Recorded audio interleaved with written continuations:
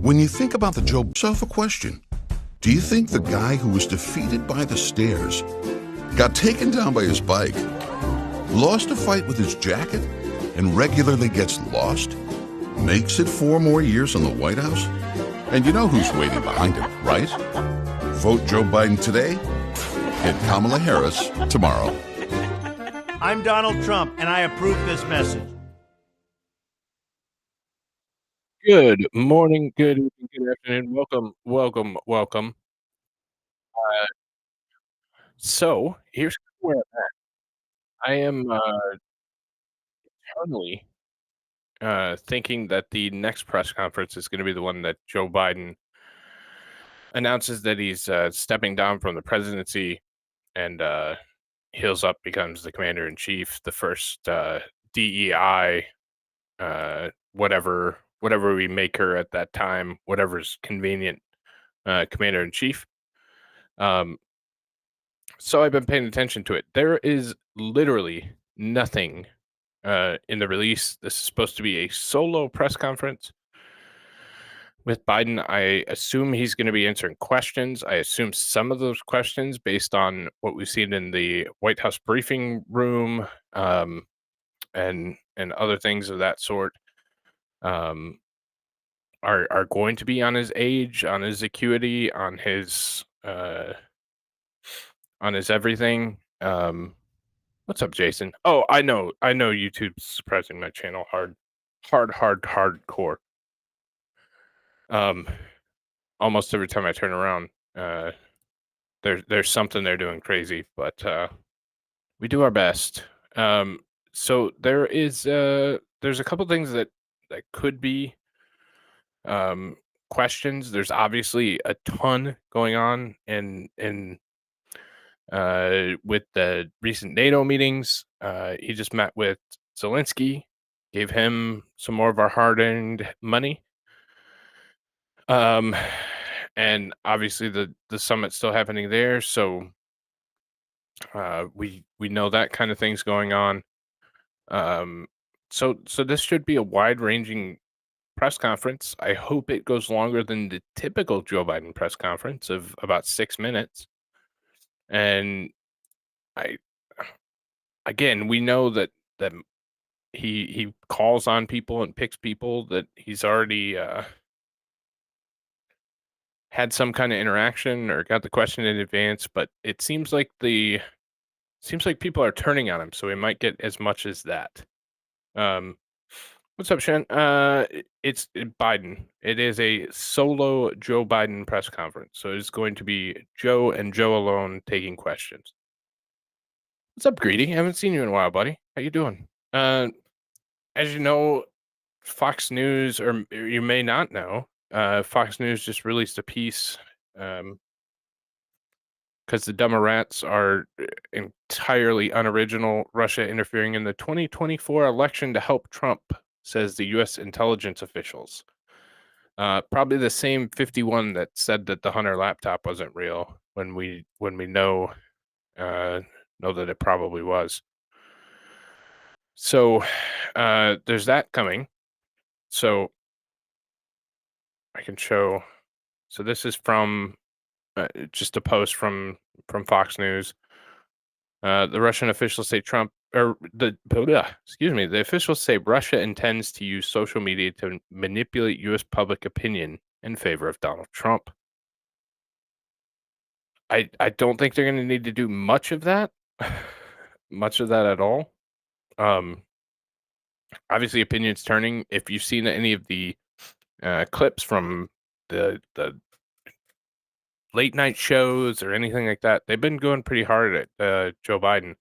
But he continues to say things, that are pretty ridiculous, like and intellectual rigor, like that kind of shit, or saying that he slept with Stoltenberg's wife. So that kind of stuff. So he kind of deserves it. And who knows? We'll see what happens. We'll see what goes on from there. So Max Mara, or instead, President Fatwa has been issued against George Clooney for his recent comments that dare defy esteemed TNT leaderships. That could be too. Hollywood's came out. There's multiple reports that the donations have all but dried up. A lot of the big donors are no longer behind the Biden-Harris campaign. So,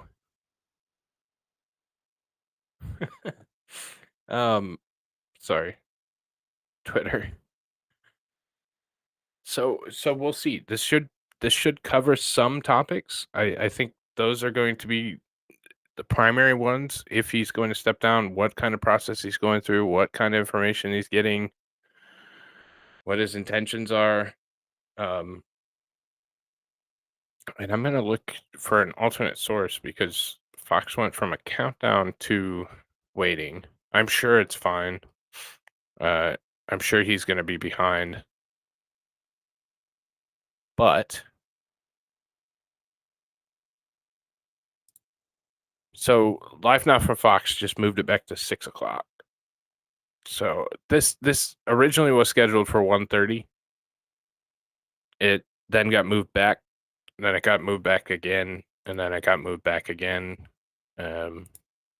And looks like it might have got moved back again a half an hour. Why would the Russians want Trump instead of Biden? That doesn't make any sense. Well, to be fair, Putin did say that the Trump plan was something they could get behind, and he thought it would be far more beneficial for them to end the war in Ukraine if Trump was in office. He likes the Trump plan better than the Biden plan. I think Putin wants that over and to be done with, but it's hard telling. So while we're waiting, because I think that it is going to be a minute since they just moved it back, we'll watch him at NATO yesterday, and we'll also watch his meeting with President Zelensky of the Ukraine while we're waiting. And of course, if it breaks in, we will just pop right back in, and I'll keep an eye on that as well. So we'll start right here because, like I said, it is delayed just a little bit. Won't C-SPAN have it? Yeah, probably. But everybody's saying 6 now, so we'll. Like I said, I'll keep an eye on it, and we'll watch this because I haven't got a chance to watch this all the way through. Anyways, so. It's a pleasure to host you in this milestone year, to look back with pride at all we've achieved and look ahead for our shared future with strength and with resolve. Together, we rebuilt Europe from the ruins of war, held high the torch of liberty during long decades of the Cold War. When former adversaries became fellow democracies, we welcomed them into the alliance. When war broke out in the Balkans, we intervened to restore peace and stop ethnic cleansing. And when the United States was attacked on September 11th, our NATO allies, all of you, stood with us, invoking Article 5 for the first time in NATO history, treating an attack on us as an attack on all of us. A breathtaking display of friendship that the American people will never, ever, ever forget. Through all this history, when great changes occurred, people would ask, can NATO adapt? And every time we proved we could adapt, and we did, evolving our strategies to stay ahead of threats, reaching out to new partners to increase our effectiveness. And here with us today are countries from the Indo-Pacific region. Yeah, they changed it to 6:30. Read the White House calendar this morning. Yeah, they've been moving it back, like I said, since 1:30. So, hopefully they don't cancel it. But like I said, we have plenty of content. He's trying to do this. He can run the country and show us all bullshit. So it looks like the total aid package that Zelensky left with this time was only $225 million. So there's also some F-16s that he wants. Allegedly, Zelensky bitched about the fact that they only gave him 10 F-16s and they need like 100, and so they were talking about moving additional F-16s over. That's great. Just give them all of our aircraft. So, but we'll keep listening to this one. They're here because they have a stake in our success, and we have a stake in theirs. Today, NATO is more powerful than ever, 32 nations strong. For years, Finland and Sweden were among our closest partners. Finland? Now they have chosen to officially join NATO, and because of the power and meaning of Article 5 guarantee, that's the reason. It was the most important aspect of the alliance in 1949, and it is still the most important aspect.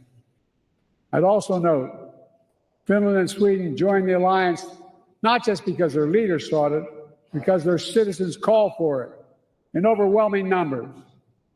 Remember, NATO's character is fundamentally democratic, always has. If you listen, what's up, Patrick? It's been a while, buddy. If you listen to Biden at 2 times speed, it sounds like a normal human, not a reptile in a freezer. I still think it would sound terrible. I'll listen to it in the background and see if I feel the same. That's funny. Has been and always must continue to be. And today, NATO is better resourced than it ever has been. I want to pause on this because it's significant. In the year 2020, the year I was elected president, only 9 NATO allies are spending 2% of their defense GDP on defense. This year, 23 will spend at least 2%. That is directly because of Donald Trump. That is his talking point. What the fuck is wrong with you? That is 100% because of Donald Trump. That has nothing to do with you or your policy. The reason that people are paying their fair share is because Donald Trump told them he had to. These countries had to put up or he wasn't going to defend them. So fuck off, Joe.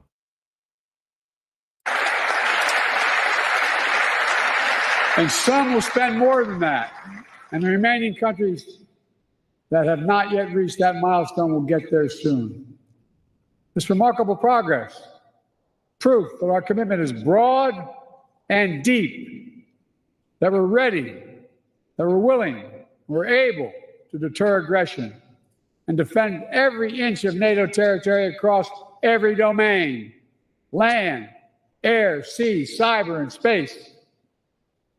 My friends, it's good that we're stronger than ever, because this moment in history calls for our collective strength. Autocrats want to overturn global order, which is by and large kept for nearly 80 years and counting. Terrorist groups continue to plot evil schemes, to cause mayhem and chaos and suffering. In Europe, Putin's war of aggression against Ukraine continues. And Putin wants nothing less than Ukraine's total subjugation, to end Ukraine's democracy, to destroy Ukraine's culture, and to wipe Ukraine off the map. Sounds like a good plan, Joe. But has anyone mentioned Taiwan recently? Or don't we do that in case China get upset? Yeah, Biden's not going to mention Taiwan because that might interfere with his flow of personal income, and we don't want that. We don't want Biden's income to suffer, because then he might do some drastic things like sell Alaska or something to make up for it. So we just act like Taiwan doesn't exist. I think if they did choose to move into doing it, that I don't think he would do a damn thing. I think he'd let him take it, honestly. Daisy Girl is riding with Biden. Leave him alone. I mean, you can do whatever you want. It's a free country still for this go around, but I would definitely advise against it. But what's up, Dave? What a fucking sad mess we're in. Yeah. Yep. And again, those of you just joining us, this is not the conference. This is from yesterday's NATO summit. The press conference has been moved back again. It looks like it's going to be about 6:30 for the press conference. It was scheduled at 1:30, it then moved back to 3:30, then 4:30, then 5:30, and now it appears it's going to be 6:30. So the drugs haven't kicked in yet. When they do, we'll be going. And we know Putin won't stop at Ukraine. But make no mistake, Ukraine can and will stop Putin.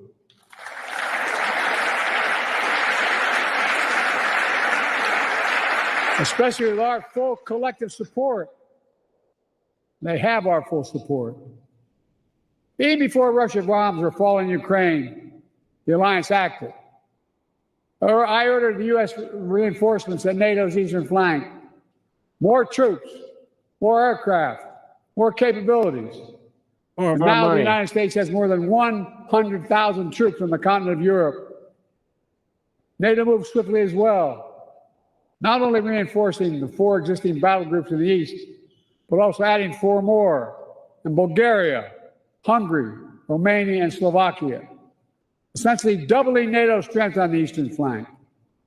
Together, we built a global coalition to stand with Ukraine. Together, we provided significant economic and humanitarian assistance. And together, we've supplied Ukraine with weapons it needs to defend itself. Tanks, armored fighting vehicles, air defense systems, long-range missiles, and millions of munitions. The United States, nearly 24 allied partners, have signed the bilateral security agreements with Ukraine. And more countries will follow. Today, I'm announcing the historic donation of air defense equipment for Ukraine. The United States, Germany, the Netherlands, Romania, and Italy will provide Ukraine with the equipment for 5 additional strategic air defense systems. And in the coming months, the United States and our partners intend to provide Ukraine with dozens of additional tactical air defense systems. The United States will make sure that when we export critical air defense interceptors, Ukraine goes to the front of the line.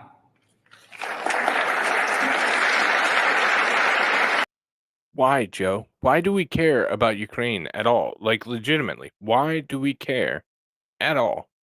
And the other question with this is, when is it okay for Russia to say, all right, this is enough of this shit? Like, I think Russia, again, I'm not pro-Russian. I am very much American. But I do understand that we've continued to just put pressure on Russia. We've continued to just get to their doorstep. And we're using one of the things that came out of this conference, this press conference, or NATO conference, excuse me, was that they're going to be able to use British missiles and British targeting systems and to strike deep inside Russia. So at what point does it become an issue? And when is it appropriate for Russia to be like, all right, this is enough. Like, you're threatening our existence. And I mean, at some point, it's justified for Russia to be like, all right, you're making us pretty damn uncomfortable. When you said you wouldn't move your border, and now we are, like, we're moved. The only thing that's still pro-Russian is Belarus. So we have Ukraine that's pro-NATO and going to become closer to NATO. Turkey's in NATO. Estonia, Latvia, they're all part of NATO. Sweden's joining NATO. Finland's joining NATO. Like, at what point does it become, hey, you're kind of continuing to poke the bear, and you kind of deserve what's coming? In my opinion, everybody has different ones. But 27 bioweapon labs, 26 CIA black sites, money laundering and bribery. I don't know. Maybe they have a mountain to hide. If Biden attempts to do a 1-hour solo presser, he'll likely fail. I'm guessing some point prearranged signal will sweep him off the stage like a blah blah blah. Yeah, I think there's no way he's gonna do an hour. Like I'm gonna be shocked if it's longer than his traditional 10 to 15 minute excursions. I think that's probably about what we're going to get. I think that's probably about all we're going to get. So we'll see. There's no way he makes it to an hour or anywhere close. So They will get this assistance before anyone else gets it. All told, Ukraine will receive hundreds of additional interceptors over the next year, helping protect Ukrainian cities against Russian missiles. Ukrainian troops facing air attacks on the front lines. Make no mistake, Russia is failing in this war. More than 2 years into Putin's war of choice, his losses are staggering. More than 350,000 Russian troops dead or wounded. Nearly 1 million Russians, many of them young people, have left Russia because they no longer see a future in Russia. And Kyiv, remember, fellas and ladies, supposed to fall in 5 days, remember? Was still standing 2.5 years later and will continue to stand.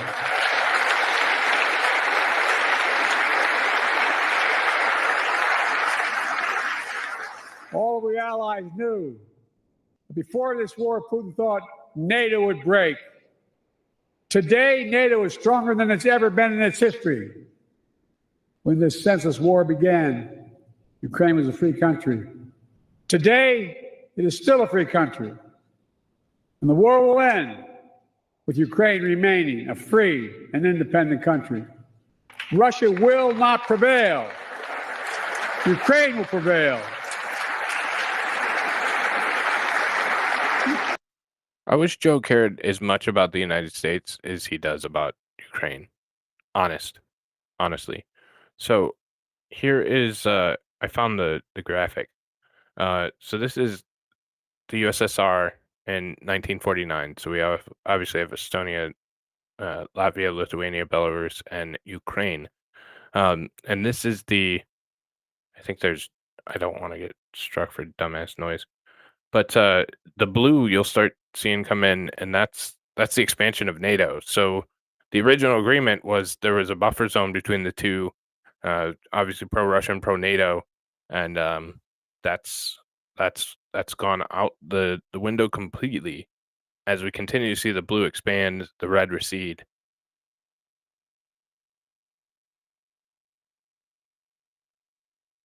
So it held. That's how it was supposed to stay, and obviously it's continuing to turn blue. So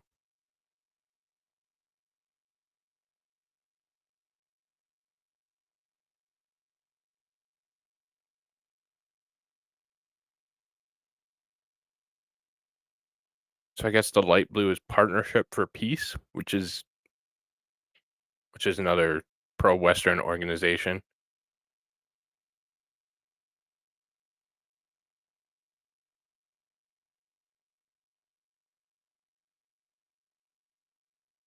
So I mean, you could see. So if it was the United States and they started doing this if Russia came over to Canada, Mexico, all the islands, and the rest of the bullshit, then we'd be getting pretty nervous too. So I understand Russia's point.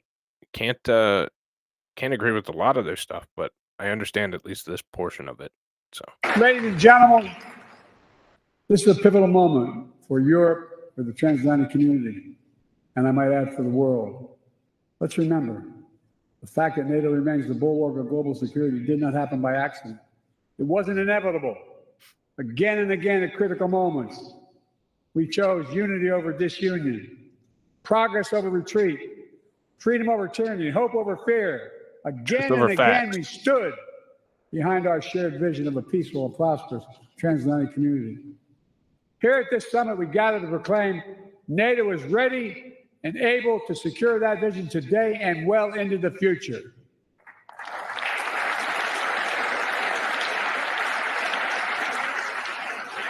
Let me say this. An overwhelming bipartisan majority of Americans understand that NATO makes us all safer. The fact that both Democratic and Republican parties are represented here today is a testament to that fact. The American people know that all the progress we've made in the past 75 years has happened behind the shield of NATO. And the American people understand what would happen if there was no NATO. Another war in Europe, American troops fighting and dying, dictators spreading chaos, economic collapse, catastrophe. Americans, they know we're stronger with our friends, and we understand this is a sacred obligation. As President Reagan put it, and I quote, "If our fellow democracies are not secure, we cannot be secure. If you are threatened, we are threatened. If you're not at peace, we cannot be at peace." Reagan knew it then, and we know it now. Our nations will continue to keep faith with what we pledged in years to come. Now, if you'll indulge me, I'd like to end my remarks in a slightly unusual way. NATO is an alliance of nations, but also made up of leaders. And one person in particular has done an extraordinary job leading NATO for the last decade. Secretary General Stoltenberg, would he come forward? Wow, so this was off the cuff when you do that. I mean, it was probably on the conference, but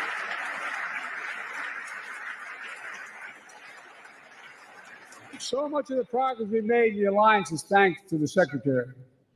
He's a man of integrity and intellectual rigor, a calm temperament in a moment of crisis, a consummate diplomat who works with leaders across the political spectrum and always finds a way to keep us moving forward. Secretary, you've guided this alliance through one of the most consequential periods in its history. I realize, you're talking to your wife, I personally asked you to extend your service. Forgive me.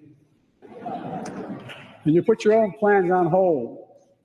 When the Russian war in Ukraine began, you didn't hesitate. Today, NATO is stronger, smarter, and more energized than when you began. And 1 billion people across Europe and North America, indeed the whole world, will reap the rewards of your labor for years to come in the form of security, opportunity, and greater freedom. For these reasons, I'm pleased to award you the highest civilian honor the United States can bestow, the Presidential Medal of Freedom. Ask the military to come forward. yeah, waxing. Jens Stoltenberg's wife. He definitely said we looked at transcripts and looked at what actually was like written down, and yeah, it says fucking your wife, but there's so yeah, after he called him an intellectual wigger, he said he was fucking his wife and said sorry for it. That's Jens Stoltenberg. That's the head of NATO, the Secretary General of NATO. So,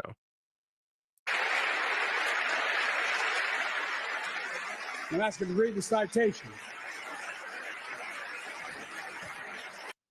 oh, the first one I have a clip. It's one of my new favorites. It's one of my new favorites. And intellectual rigor. That's when he introduced him. So, but the second part, yeah, you're gonna have to go back.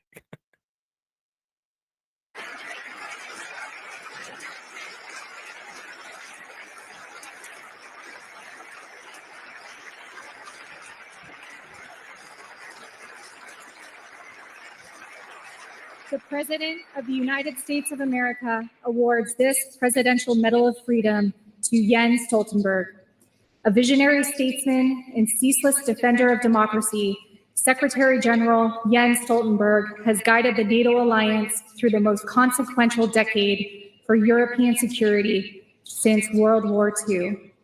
When Vladimir Putin launched his brutal assault on the people of Ukraine, betting that NATO would break, Secretary General Stoltenberg proved him wrong. Under his stewardship, NATO has become stronger and more united than ever, and Americans for generations to come will benefit from the safer world he helped create. He demonstrates that the core truth of the alliance is as powerful now as it was 75 years ago. Together, we are stronger. Yeah, that's that, aren't we? There is like another bug. Apparently.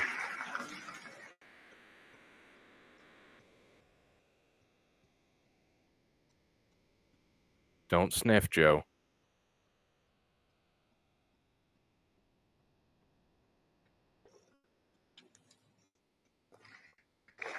Wow, you did that well.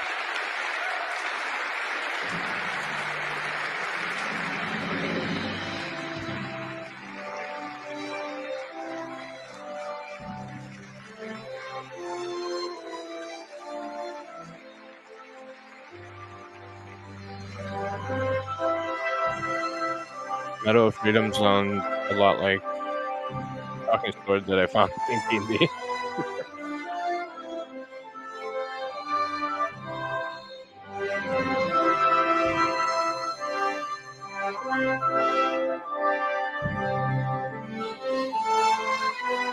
Oh, beautiful pomp and circumstance. So here's where we're at. Live now from Fox and one other outlet have this speech taking place at 6 p.m. About 2 minutes from now. So that's what we got right there. And then Fox News is still on hold. There's another one that says 6:30. That was incredibly uncomfortable. So we're going to wait a minute and a half. I'm just going to talk and yeah, we'll wait a minute and a half and see if he is indeed going to come out before. If he's not, then obviously we'll go into the Putin interview or Zelensky interview,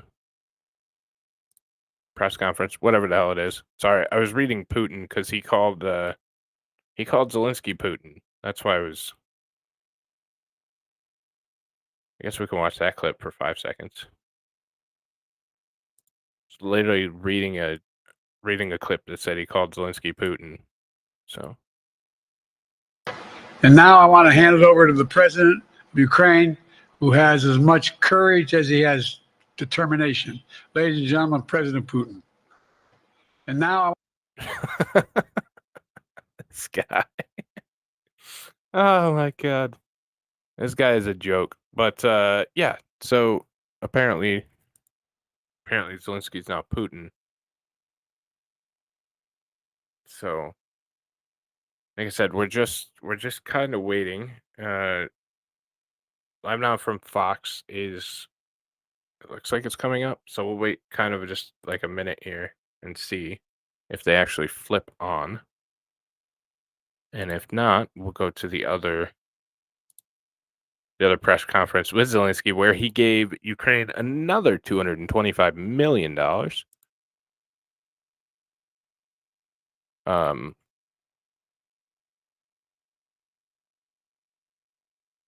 And probably promised him some fuck.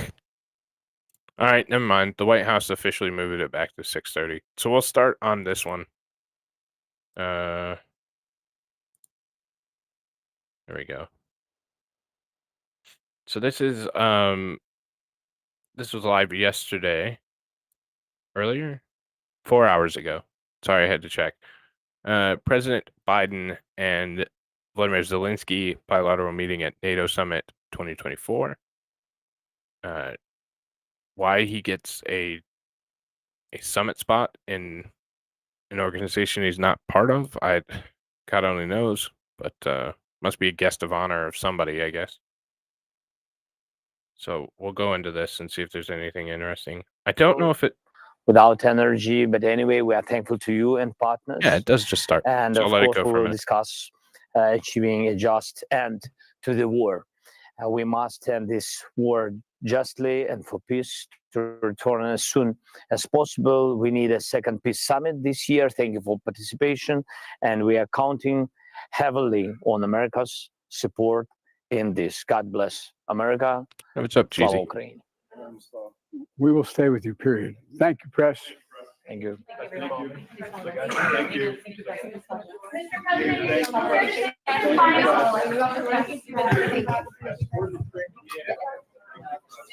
decision to stay in the race final?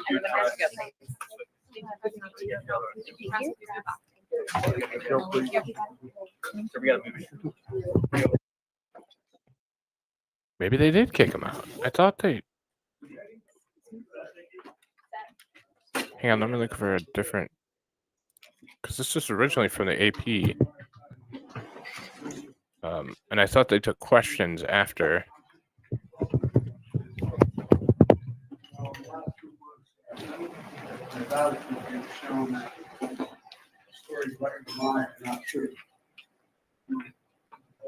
And the fact is that for the past few months, the battlefield in Ukraine has shifted, but Ukraine stopped Russia for Kharkiv, number one. Oh, apparently it You should be is. complimented for that. Number two, you've blunted Russia's advances. You've imposed significant cost on Russia.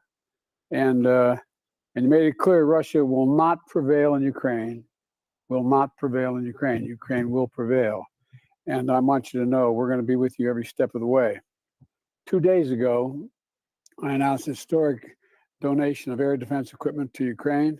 Today, I'm proud to announce new security systems package for Ukraine. This will be the 8th package I've Play it 2 times. All right, Patrick. Here we'll go 2. We'll see how real he sounds. Thank you for the super, buddy. authorized since we signed the National Security Bill. The Secretary of Defense, we can talk about what the details of all that are. I signed it yesterday, last night, I guess. And we're working with our NATO allies to ensure Ukraine is flying F-16s this summer. It almost And sounds we right. show the stand with Ukraine. Hang on. I'm going to go to like 1.5 and see if he sounds human.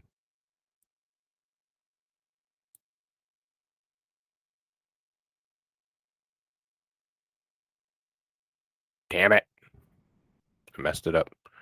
The same air defense berries Sotero had shut down and deconstructed. Now I know where they went. Yeah. So allegedly they're shutting down. So this is apparently on the AP's video. So I'll try and go a little bit ahead. Statement following the Russian strike on the children's hospitals, direct hit Oh, by damn Russian it. missile. That is why we Canadian. greatly appreciate your decisions to strengthen our air defense, the 5 new Patriots and other dozens of other systems. And we have, and I want to also to speak today how we can continue support, and I also want to discuss with President how we can quickly and decisively stop Russian terror with this big problem for us. It's guided bombs. And of course, we need some quick steps, some to lift all limitations for our Ukrainian soldiers. And of course, we are thankful for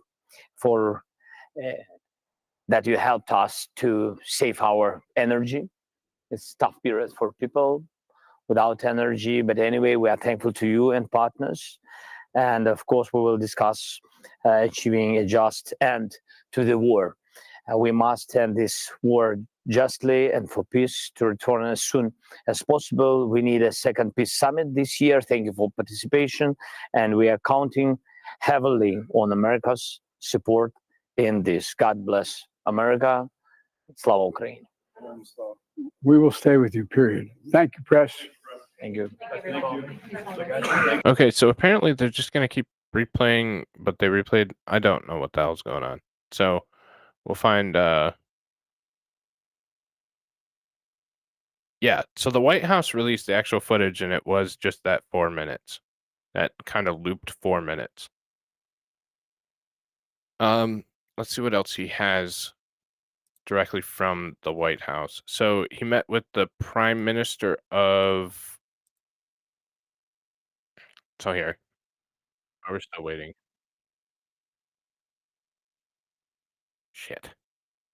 Now I have like 7 million tabs open. So we'll go to the. This is directly from the White House's feed. This is the dinner that they hosted yesterday. This is a big night at the White House, celebrating 75 years of the greatest alliance the world has ever known. Jill and I are honored to have so many close allies and close friends all in the same room. 75 years ago, when our nations created NATO, former President Truman said, and I quote, what we're about to do here is a neighborly act. A neighborly act. The allies in this room not only share a common language, don't share a common language, we do not share a common border, but we are neighbors. We're neighbors because we all share common beliefs in dignity, equality, democracy, and freedom. And we're all neighbors because we're there for one another. The neighborhood I grew up in, that's what you do. When the neighbor needed help, one, Joe? you pitched in. When the bullies threatened the block, you stepped up. When a bad snowstorm hit, you shared supplies and made sure everyone was safe. When a new family moved into the neighborhood, you welcomed them with open arms. And why'd we do? Unless they're super predators, right, Joe? Geez, it's been just as neighborly as the 2 atomic bombs we dropped on Japan. Do this because we knew we were in it together. We knew that our own house was safer when the entire neighborhood was as well. This simple yet profound idea lies at the heart of our alliance. Over the last 75 years, it has allowed our people to reach for new possibilities. It's allowed our nations to meet any threat with strength and resolve. And above all, allowed women and men of generations to know the lives of freedom, security, and democracy. So if it's pre-recorded, do it again at 1.5 speed. All right, we'll listen to the rest. Thank you again for the super. Please join me in raising your glasses. One for the boss. That does sound pretty normal. To NATO and to our neighborhood of nations. May we continue to grow stronger and closer in all the years ahead. Now I'd like to invite my friend, Secretary Stoltenberg, before to NATO. It's all yours, boss. Thank you. Oh, we're not going to listen to Stoltenberg. He talks fast already. President Biden, dear Joe, Madam First Lady, dear Jill, thank you so much for hosting all of us here tonight at the White House. This is an historic building. This is a special place with a lot of history. And many decisions have been taken here that has shaped not only this nation, but also shaped the North Atlantic Alliance, NATO. Actually, I think if you had like a 1.4 option, I think Joe would sound human. Like legitimately human. But we don't have that option. So it's great for all of us to be here tonight. But this is more than an important political building. This is also your home, the place you live. So thank you for having us over for dinner tonight. And as you know, in all cultures, at all time, sharing a meal, being together, having a dinner is one of the strongest expression of trust, of friendship, and of family. And tonight we are a family, the big transatlantic NATO family, with our closest friends, with our friends from Ukraine, with our friends from the Asia Pacific. So therefore this is really a big extended family dinner. And we are so happy also because we are here together with our spouses and our partners. And it's not always easy to be married to a politician. But therefore, we are extremely grateful that you have joined us tonight and during the summit. And that we can spend this evening together. We are not a normal family with totally normal friends and partners, because we are a military alliance with close partners that we work together with every day. So therefore, a toast. Wait, he's the last person that should be bringing up his wife after the earlier Joe Biden talking about his wife. He's the last person on this planet that should be doing that. For the most successful, the strongest, and the longest lasting alliance in history. Yeah, okay, toast. And thank you so much. Yeah, okay. Thank you. Okay. So, cheers for the North Atlantic Treaty Organization, NATO. All right, here. Yeah. Okay, so the White House says it's 18 minutes away till his press conference. I think at this point they're just trying to get people to not watch. So, but we're gonna tough it out. We're gonna keep going. So I think it's terrible that Stoltenberg doesn't speak English as probably his top 5 languages, and he still was more coherent than Joe Biden. I think he did a better job. So, Money Talks and he gets paid the most by Diddler Joe. Yeah, no, I think so. Biden is a joke. That's all we have. Sharing a meme. Yeah. So this is him with Prime Minister Keir Starmer. I don't know who the hell this guy is. I assume this is the guy that just got elected. So we're just kind of going through his playlist of the NATO summit while we're waiting on the other. Good to see you. Hope you're okay. Don't get hit in the head. Try. Do you want to soak it? Wow, the others That's suck. what I heard. Good news. Good news is right. I tell you what, that's all because of the Prime Minister. Not lost a game onto the Labour government in 2024. It's got all coming home, Prime Minister. It looks like it. This guy doesn't speak English either. Well, Damn. welcome. And it's good that we had a long conversation on the phone. When you want, give me your hand there, pal. And we're the best of allies, maybe in the whole world. And we really need to continue to cooperate. I've been here watching for 35 minutes, and I've been wanting to Sudoku in Minecraft since Joe started talking. Well, don't do that. And I appreciate you watching. Forbidden. We'll get through it together. We only have, what is it, July? So we only have, he gets out of office in mid-January. So we only have like 5-6 more months.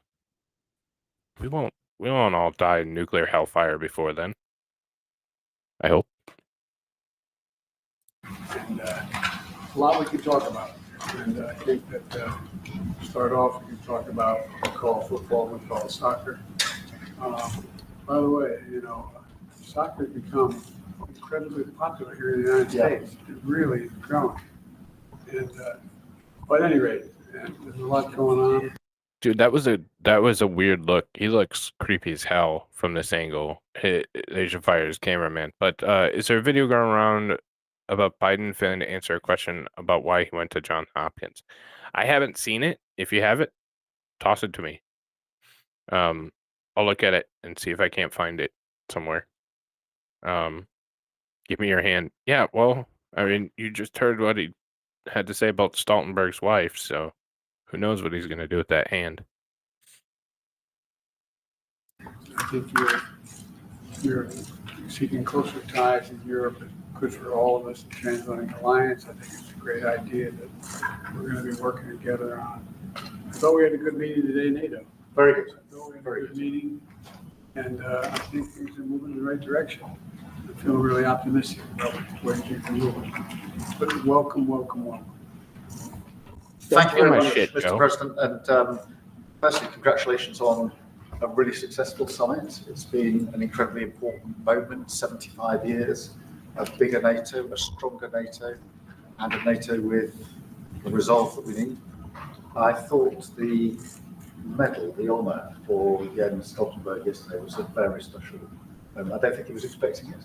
No, he wasn't. And I owe him. He was leaving. He and I intervened when he was going to leave, and I sort of got my knees and begged him to say, no, I'm only kidding. But I talked to him in the stand, and his wife still talked to me. She spoke to me yesterday. I had lunch with him when he was just about to go to the central bank and was saying, I'm free.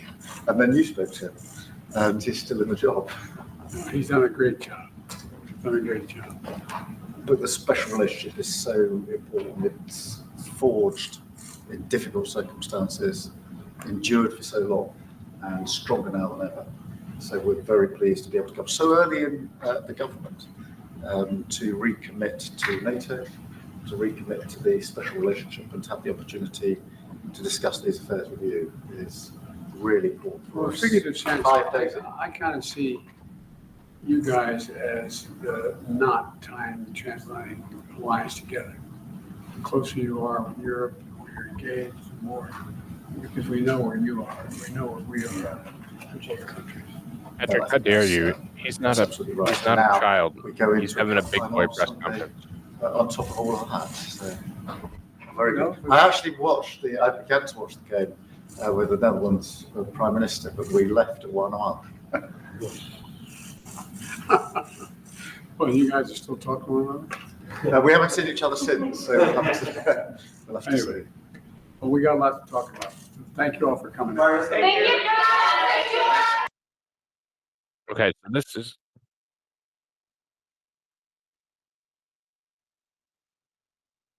oh shit! It autoplayed the next one. So this is the White House's official YouTube channel. It finally has the video live, and it says President Biden holds a press conference, which is big news. Now, that shows you the level of decline in your nation when you have a lot of people watching a press conference for 2 reasons. One, well, actually for 3. One, to see if he can get by the presser without making a complete ass of himself. 2, if he's going to announce his resignation. And 3, to see how much money and shit he's going to send overseas. So, shows the decline of our country, but we are very close, very, very close to the press conference here. So it's still scheduled to start in 12 minutes, but I think it's interesting that they brought up the feed early. Could be still 12 minutes. We'll sit and wait and see. As POTUS, I will pardon anyone jailed for weed charges, Assange, Snowden, J6, pull out of NATO, and send $430 billion bill to Azov, Ukraine. Yeah, I would just take Ukraine and split it with Russia. Like, I feel like if we're gonna go in and waste our blood and treasure, we should take some of theirs when we're done with it. So. Let's split it up, and then we can sell the rest of it to the highest bidder to recoup some of the losses. But yeah, I agree for the most part with the rest of that. Assange kind of I get it. It's probably not fun, but I feel like he kind of caved and gave the Democrats all their demands. Can't release anything else about him. Had to turn over what he had about him. So on and so forth. So he kind of caved. So there's nothing coming out of him is going to be objective moving forward. It's going to be unreliable. So he's completely got rid of his credibility in his career as a journalist, in my opinion. I get it. You don't want to spend the rest of your life in an embassy. Probably wants to go home. Probably wants to see his kids, his family. But which was all bullshit charges anyways, from what I've heard or seen or been able to read. Snowden, I still think Snowden's an asset. I still think he's working for us, personally. Anybody involved with January 6th? Yeah, absolutely pardon them. And pull out of NATO. Yeah. Dump NATO in a second. Damn those age yelling is loud. They want not to let those mics pick up negative questions towards Joe. Oh, there's one. I was disappointed in Trump not pardoning Assange and Snowden. Yeah, that was always an odd one to me because he certainly could have. Um, he certainly could have. I don't think we're in any danger of missing anything. I did want to play this real quick. I don't know what the context is on this one, so. But apparently he just grabbed a microphone and started spouting some shit, and they ushered the press corps out pretty damn quick. So this is about 20 seconds. I promised I was going to have a candidate that looked like America. And it does. More minorities, more women, more labor. I'm serious. Think about it. That's who we are. That's why we're strong. We're diverse. We're strong. We got to stop looking at it like it's not a problem. Like he literally took the mic from somebody and the press. They made the press leave. So that I feel like that was very impromptu. And it does. Because like the mic was cut off and everything, and obviously got louder as they went on. So, but yeah.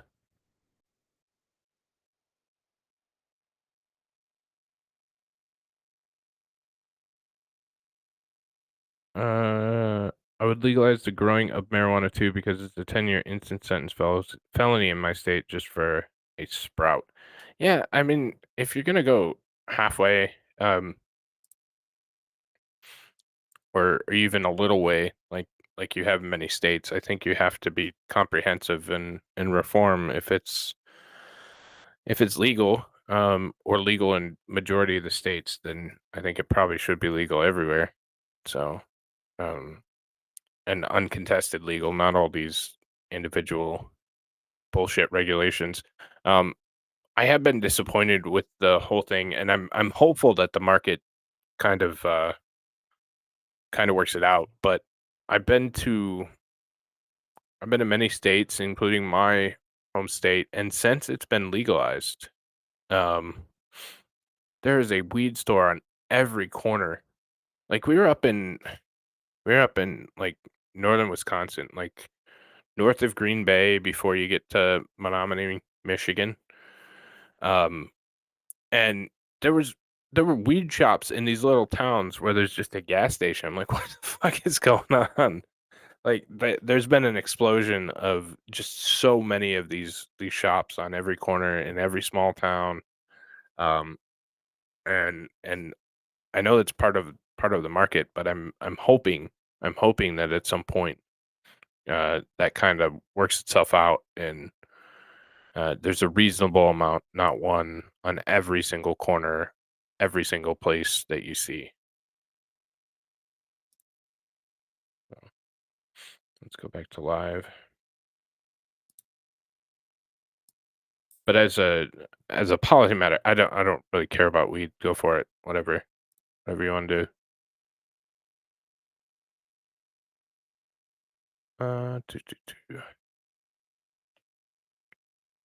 Let's see. Trying to see if there's any other recent gaps because he has been in camera a lot. So of course you're going to see quite an uptick. So you leave the cameras rolling to catch something crazy. Yeah, I think his administration specifically is trying very, very hard to keep everything under wraps, and keep everything quiet. So we'll see. So we're at 6:24, so we should have about 6 minutes left before the actual press conference. I don't know why they started it 15 minutes early. That's a weird thing. I would decriminalize vapes because Marlboro was killing those young people between 2017 and 2019. Yeah, I also don't have a problem with vapes. Whatever, go for it. I know that. So when I used to drink, they had the Jarms clove cigarettes, and they taste so good. But they got rid of them because they're flavored tobacco, and Michigan got rid of flavored tobacco. So, that was kind of frustrating, and that was directly because of the vape thing, whatever. So, Delta 9 is illegal in POA unless you have a medical card. Delta 8 or lower is recreational. Huh. That's Delta 8 and Delta 9 and all that it's just minus the THC, right? I believe. I don't know for sure, but I assume that's what it is. So.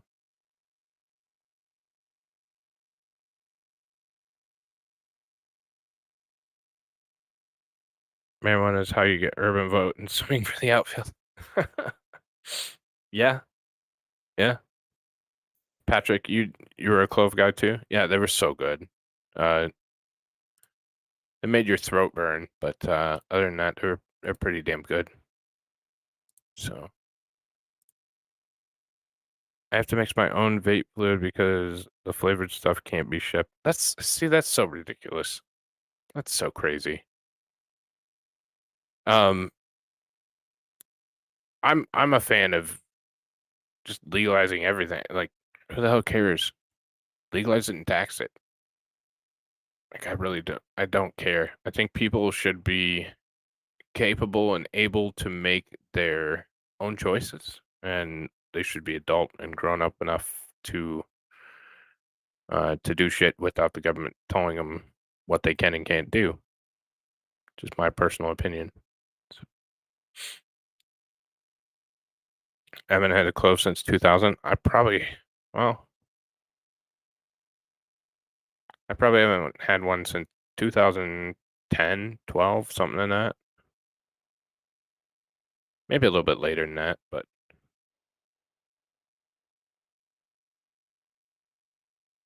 6:28. We have 2 minutes. 2 minutes. So this is I was trying to find July 8th. July 8th, 2024. So this is interesting while we're waiting. Chance of winning for the US presidency. Trump 57.8%. He's obviously this orange line up here. Heels up is what the hell is heels up? Harris is purple. So purple's gaining right there. Joe's dropped down to 10.2%. So he's falling. He's that blue line. And Newsom, who has literally no chance, is this yellow. And then you have a bunch of other who cares candidates down here that make no difference. But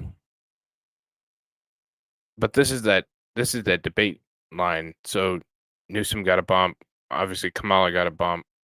I think Newsom got this big of a bump because they figured out that it couldn't be him, and he fell back down. Obviously, Joe's going to continue to fall, and Uncle Donnie looks like he's riding it up. So.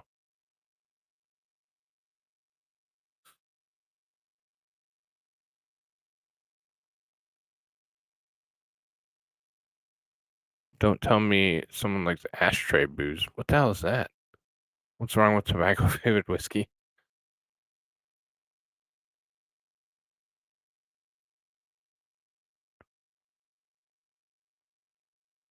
Yeah, amazing. And it varies state to state, and some still allow it. But Michigan is not one of those. Because we have a communist as our governor. Gretchen Bitchmer.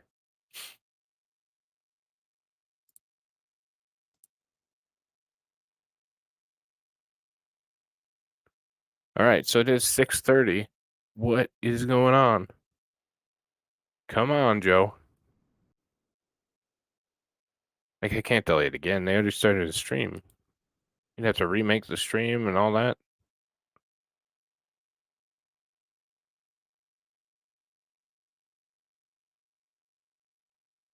Reminder, this stream was supposed to start at 1:30 p.m. Then started moving back and back and back and back. And here we are at 6:30.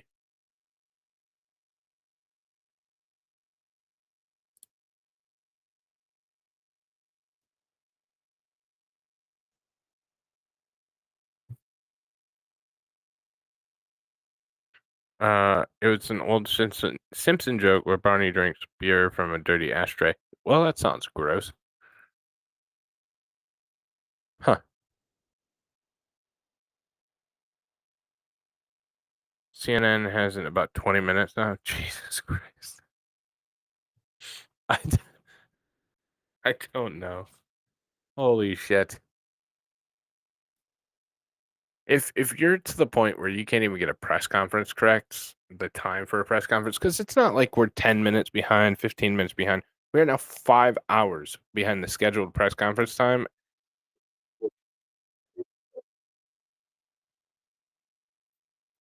Associated Press says Biden expected soon.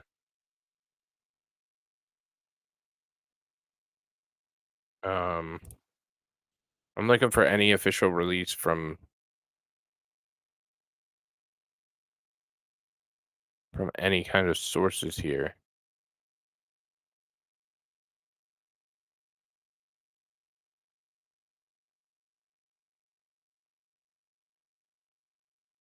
Jesus. Okay.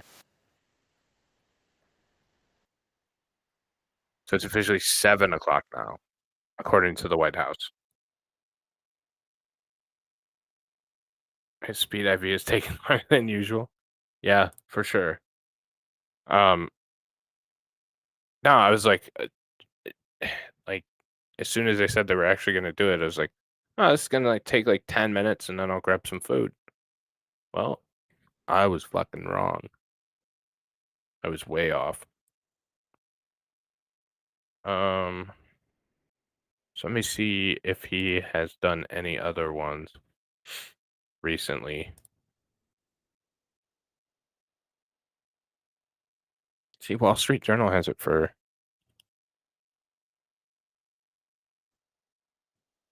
$6:30. ABC News is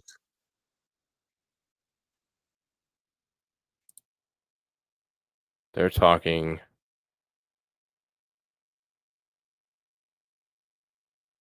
Biden do. I mean, everybody's on now, so that's a positive. That's a plus.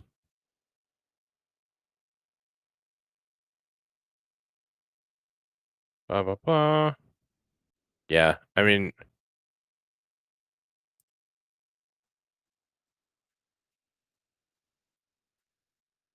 let's see if I can find the Clooney thing.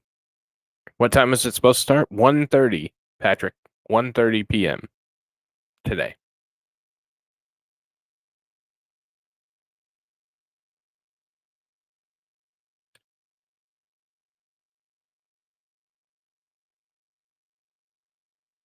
$1:30. And here we are. It's almost fucking 7.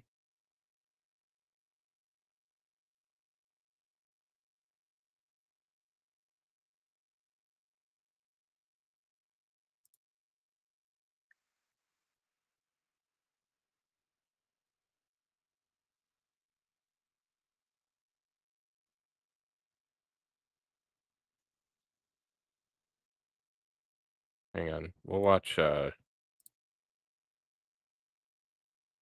Another name to the growing list of Democrats calling for President Biden to withdraw from the 2024 presidential race amid concerns about his health and mental fitness. Oscar winner George Clooney, who last month co-hosted a major fundraiser for Biden here in L.A., today penning a New York Times op-ed saying that he loves the president, but, quote, the one battle he cannot win is the fight against time. Clooney writing in part, it is devastating to say it, but the Joe Biden I was with 3 weeks ago at the fundraiser was not the Joe big effing deal Biden of 2010. He wasn't even the Joe Biden of 2020. He was the same man we all witnessed at the debate. The White House is pushing back against Clooney's op-ed today, and so are a number of local Democrats. LA Mayor Karen Bass saying she still supports Biden as the nominee. Supervisor Janice Hahn saying other Democrats should line up and say that they are voting for Biden. Veteran LA Times political writer Seema Mehta and I were at last month's Clooney-Biden fundraiser. Fuck that. So here is the working session of NATO, the part that Biden participated in. And the only people who's allowed to ask questions if they take questions, which I rolled a 20, that they won't allow questions. Well, it's supposed to be a press conference, supposed to be specifically for questions. That's what it's supposed to be, is questions from the press pool. We'll see if that actually works out that way. But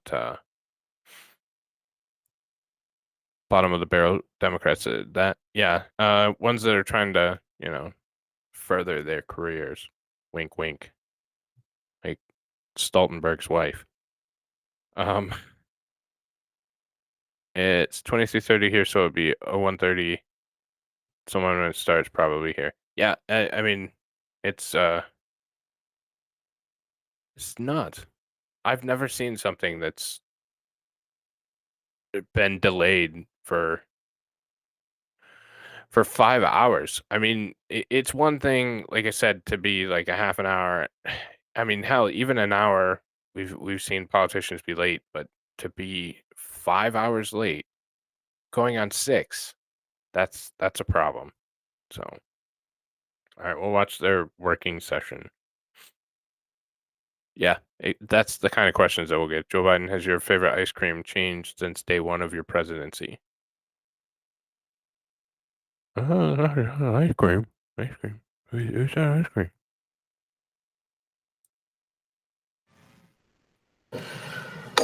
So, good afternoon. Welcome to all of it. It's great to see you all here at this summit. Welcome to the NATO summit in Washington. And many thanks to our host, the United States, and many thanks to you personally, President Biden. Dear Joe, there is no better place to celebrate the 75th anniversary of our alliance than right here in Washington, where the North Atlantic Treaty was signed back in 1949. So thank you so much for hosting us all here. And thank you also, President Biden, for your personal leadership and your strong commitment over many years to NATO, to our transatlantic alliance. This has all made us stronger. Let me also welcome Prime Minister Ulf Kristersson. This is your first time as a full member of the alliance, as Prime Minister attending a NATO summit. So welcome to the family, Ulf. It's great to see you here. In this first session, we will make decisions for our future security. We will strengthen our defense. 23 allies now meet the target of spending 2% of GDP on defense, up from just 3 allies in 2014 when we made the pledge to invest more in defense. We will increase our support for Ukraine by establishing a NATO coordination and the security assistance and training for Ukraine, and by ensuring a sustained support for the long term. Support to Ukraine is not charity, it is in our own security interest. And we will reinforce our partnerships in the Indo-Pacific to push against the growing alignment of Russia, China, Iran, and North Korea. Let me now pass the floor to President Biden for his opening statement. So please, Joe, you have the floor. Secretary General, allies, friends, 75 years ago, when our nations created the alliance, President Truman said, quote, "We hope to create a shield against aggression, the fear of aggression, and to permit us to get on with the real business of creating a government and society." For 75 years, our nations have grown and prospered behind the NATO shield. Today, we're stronger than we've ever been. Since I took office, We've doubled the number of battle groups in NATO's eastern flank, and the United States has. Finland and Sweden have joined the alliance. And the number of allies spending at least 2% on defense has gone from 9 to 23. That's not happened by chance, but by choice. At our summit 2 years ago, we launched a plan to modernize our deterrence and our defense. And today, we have to ask ourselves, what is next? How can we keep making the shield stronger? One answer must be to strengthen our industrial base. Right now, Russia is on a wartime footing with regard to defense production. They're significantly ramping up their production of weapons, munitions, and vehicles. And they're doing it with the help of China, North Korea, and Iran. We cannot, in my view, we cannot allow the alliance to fall behind. Fact is that so many of let me put it this way. I'm very pleased that today all NATO members are making the pledge to expand our industrial base and our industrial capacity, like our defense spending commitment. This is a critical step to maintaining our security. The first time ever, every NATO nation is pledging to develop plans for defense production at home. That means, as an alliance, we'll become more innovative and competitive. We're able to produce more critical defense equipment more quickly than we may need it. We will not be surpassed. We cannot be surpassed by anyone when it comes to our readiness. Here at home, Americans have seen the power of investments like these. In my administration, we've already invested $30 billion in defense manufacturing to restart or expand production across 35 of our states. We're investing billions more. Result, stronger supply chains, a stronger economy, stronger military, and a stronger nation. Let me close with this. This new pledge sends an unmistakable message to the world that every NATO member is committed to doing their part to keep the alliance strong. We can and will defend every inch of NATO territory, and we'll do it together. And that we're investing in our future strength to ensure NATO will always be ready for whatever threats we will face should be a clear message we're sending to the world. So I want to thank you, every NATO member, for your commitment for our shared security. And I will now ask the press to depart so we can get started. Figured I'd make you feel. We're not watching BTS at the White House. It just autoplayed. So I have no fucking idea. We'll go back to this page just to be ready if he ever wakes up from his nap.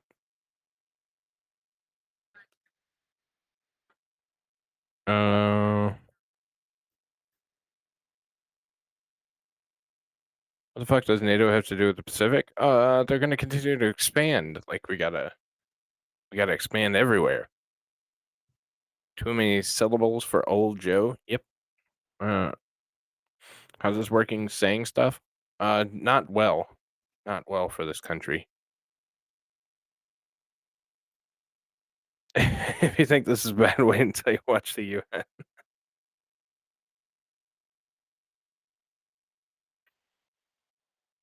So all this money is to ensure Joe has UKR slaves. Got it. Could be. Could be. I've never ever seen someone have an unscripted statement. There's no debate. Correct. Everything's scripted. Everything's set up before. 430 billion. A pledge? Is there a pledge pin for the uniforms? No, just the Ukrainian one. They all. Fucking Joe. Like, if he hadn't pissed me off enough already, like, look at the flight board, see what's going on. There is a South Korean military that's flying over the great state of Michigan right now. Probably leaving before Joe starts his presser. Why the fuck were they at NATO, though? They're not in the North Atlantic. C-17. C-17. 135, so there's some fighters up someplace. An Osprey. But that's near Jacksonville, near the base down there, the Marine base. C-130. C-130. Sweden.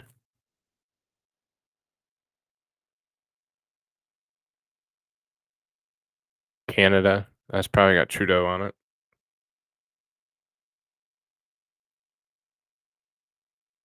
Italy's getting ready to take off and leave.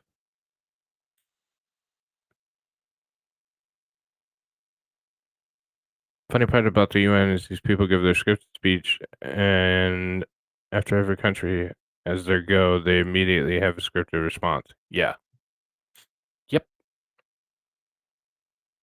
And it's always the same bullshit every time. United States VIP, 737, 700. UK, C-17. Bunch of helicopters. There's military. There's our molten drone. And no worry, I mean it's still not going. I'm just killing time. Promise. Still not going. Right, see? Just have bullshit. Poland. US P8. US P8? Why is there a P8 in the Black Sea?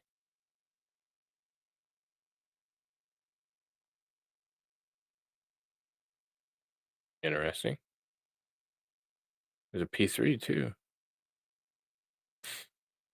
The Italians are over Israel.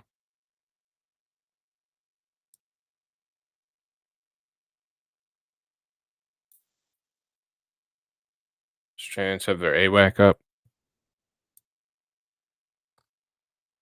Damn, it's Obama in Hawaii? Tanker. And the U.S. Coast Guard, C-130.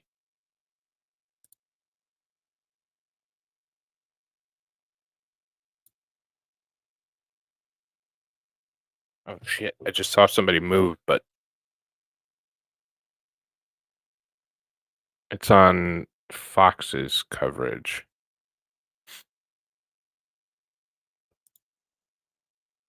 Oh, please. There's actual movement at the podium now.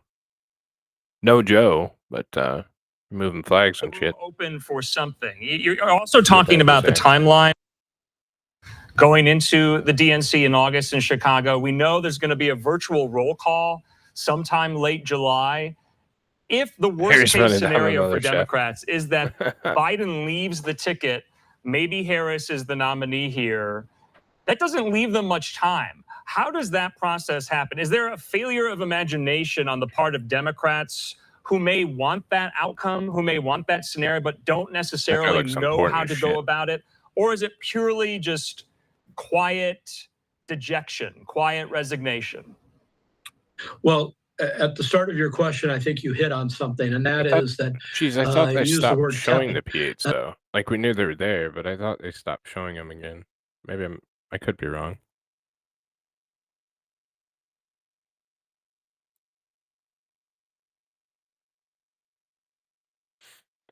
So we're just still waiting on Joe. Waiting on Joe. Wonder where the reptile VP is right now. Well, she gave a speech about her shit earlier. Her famous line that she uses all the time.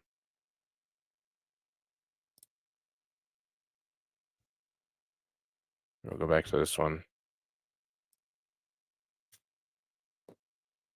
See if I can find it.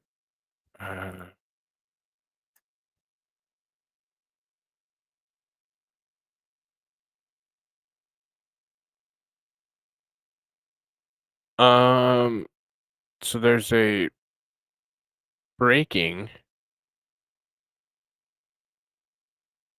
that Biden's press conference has now been canceled.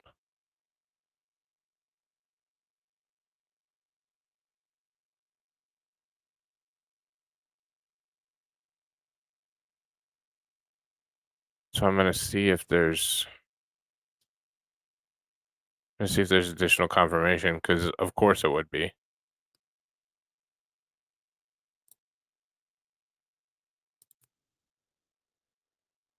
Let's see.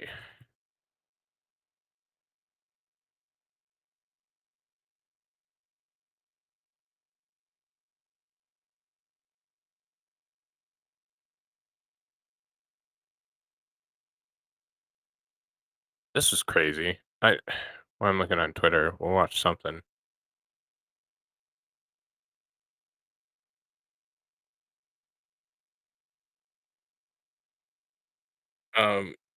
Shit. So this is kind of weird, and it's weird how they reported it. But while we're sitting here hanging out, FAA is investigating an incident where two planes from American Airlines and Delta nearly collided mid-air over Syracuse, New York. Police dashcam video captured the unnerving moment, showing the planes flying just 725 feet apart at their closest point. The incident occurred around 11:50 a.m. Monday due to a traffic control error that cleared one plane to depart from Syracuse, while the other was cleared to land on the same runway. They have systems that divert the planes away from each other. So that's weird that they got that close, even if they were given clearances. But here we go. There's it will all happen kind of in this corner. It's wild. Like those planes were damn close. That's real close for an aircraft. From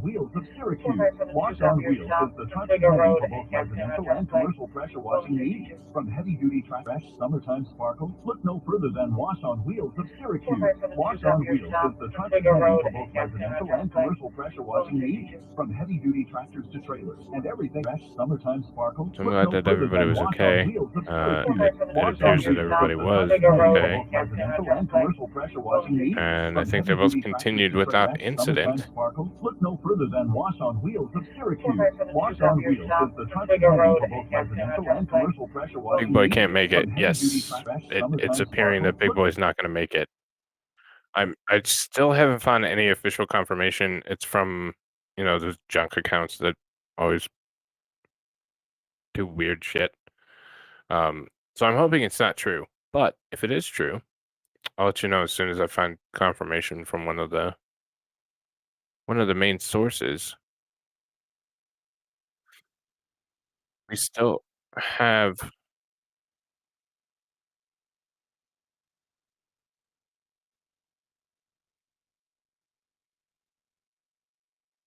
The compact says loudly and clearly. And now I want to hand it over to the president of Ukraine, who has as much courage as he has determination.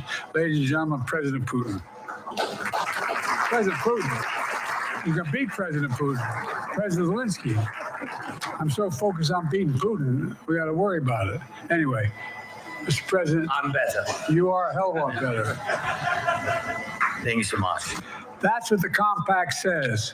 Loudly and clearly. All right, so you heard that there, President Biden, with that slip up at the NATO summit. This is. Yeah, fuck this guy. I was just trying to see if they were showing the podium again, because there was another gentleman at the podium. Should President Biden leave the 2024 race? 85% say yes, 15% say no on their poll on the bottom. So we're still just waiting for something, anything at all. Joe?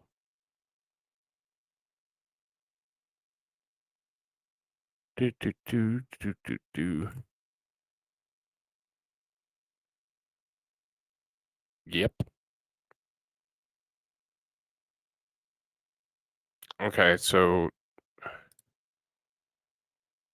we're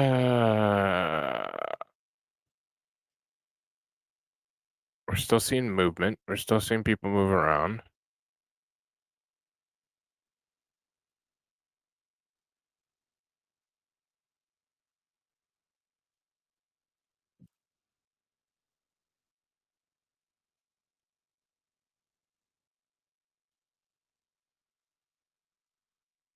Looks like they're getting cameras and lighting and all that shit ready.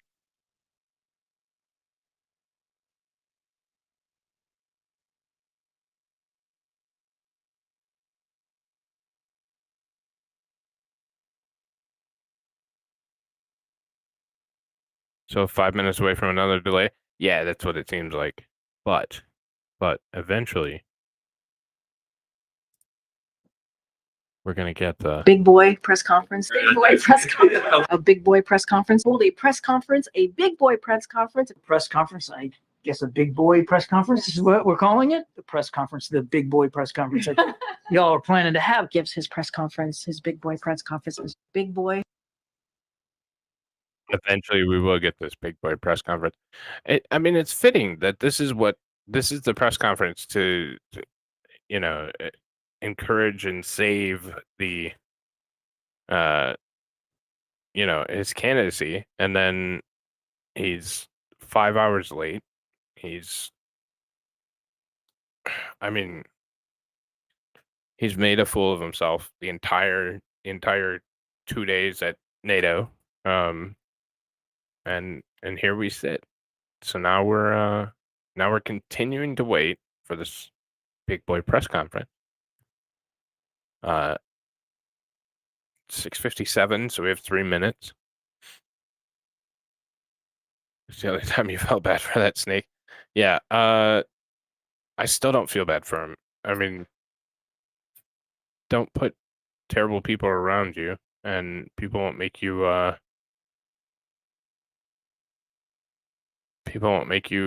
continue to be president when you're way past the ability to do so. So, God, come on, Joe. Seriously. 6:58 now.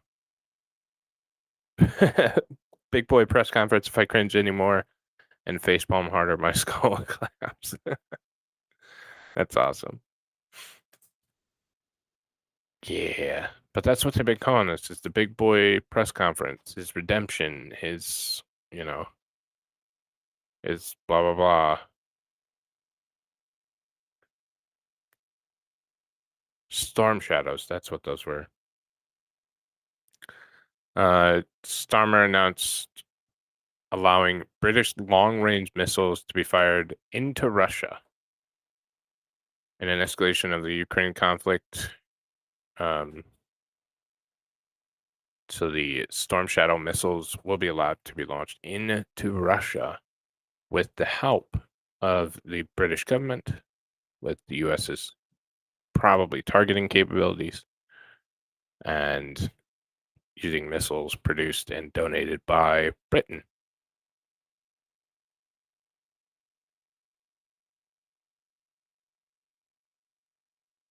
I don't feel bad for him in the least. This is karma. We hang around with Dazzler. That's true. That's true. It's very true. But Dazzler's not as bad as fucking Biden.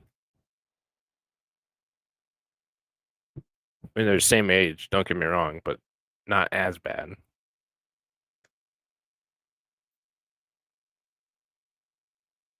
We've all watched this for 5 years. What the fuck are people figuring out this now? Yeah, I mean, everybody knew for all of these years, for all 5 years. This didn't take anybody by surprise. They just finally got the cover to leave the party line and actually talk about it. That's what changed. So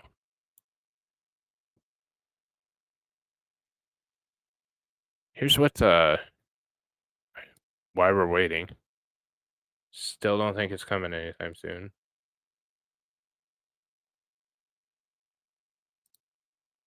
This is Trump's plan, or Trump's response. I refuse to bend the knee to their next endless war in Ukraine. I want peace. They want money and they want conflict, even if it means walking us into the brink of World War III, which frankly it is doing, and it's doing it rapidly. It's doing it rapidly, frankly.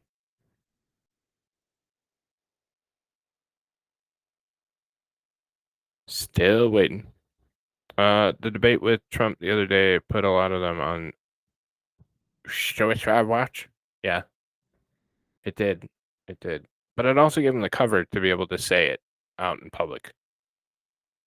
And that was the biggest change. That's what definitely changed, is the ability to say it in public. So, holy shit! You got to be kidding me. He's still nowhere to be seen. Like I'm still watching the Fox Live. He's not there. Like, wonder how many more hours this one's gonna be.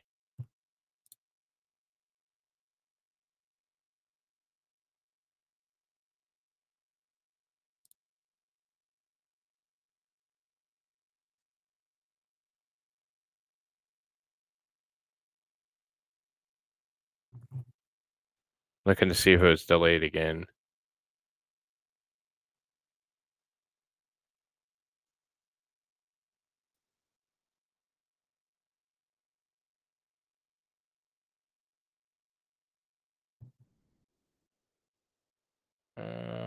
Let me see one more time. Okay, so it's not there.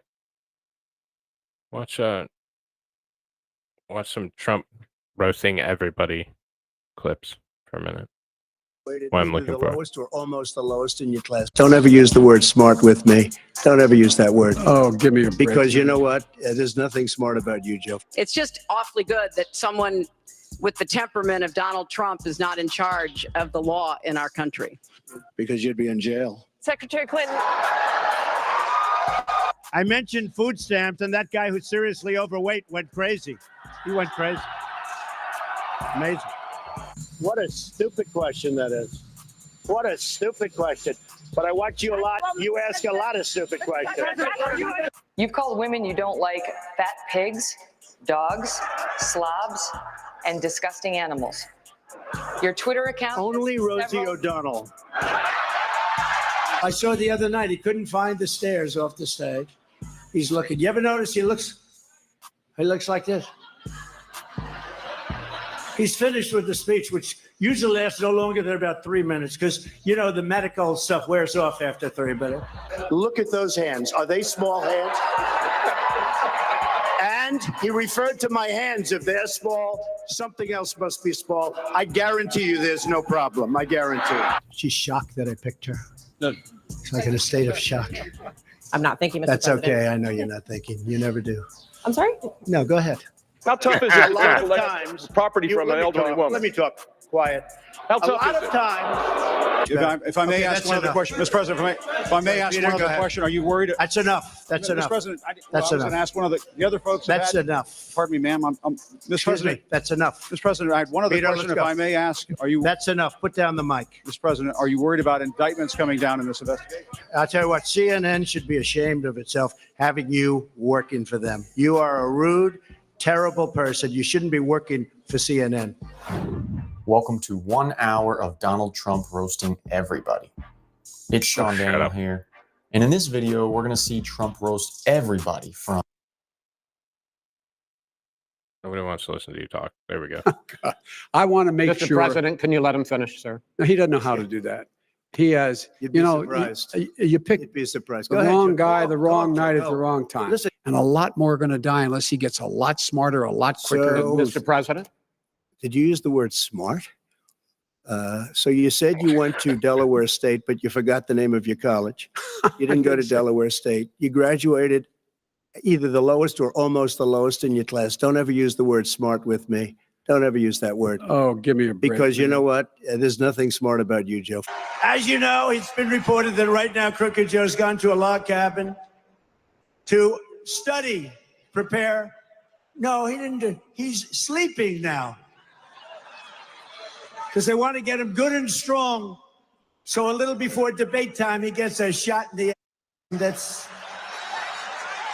They want to strengthen him up. Did you see where Biden wants to take me to the back of the barn? Me. Press always asks me, don't I wish I were debating him? No, I wish we were in high school. I could take him behind the gym. That's what I wish. I'd love that. Mr. Tough Guy. You know, he's Mr. Tough Guy. You know when he's Mr. Tough Guy? When he's standing behind a microphone by himself. That's when he's... He wants to bring me to the back of the barn. Oh. Some things in life you could really love doing. Isn't this better than reading off a frickin' teleprompter? Right? A security incident, so he needed another diaper change on his way out.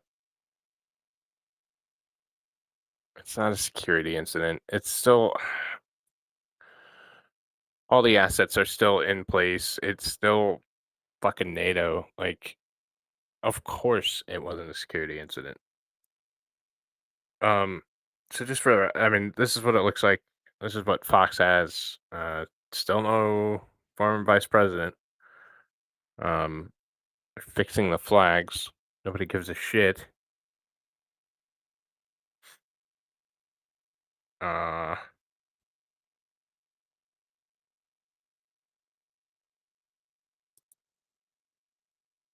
This is what the White House's official feed looks like.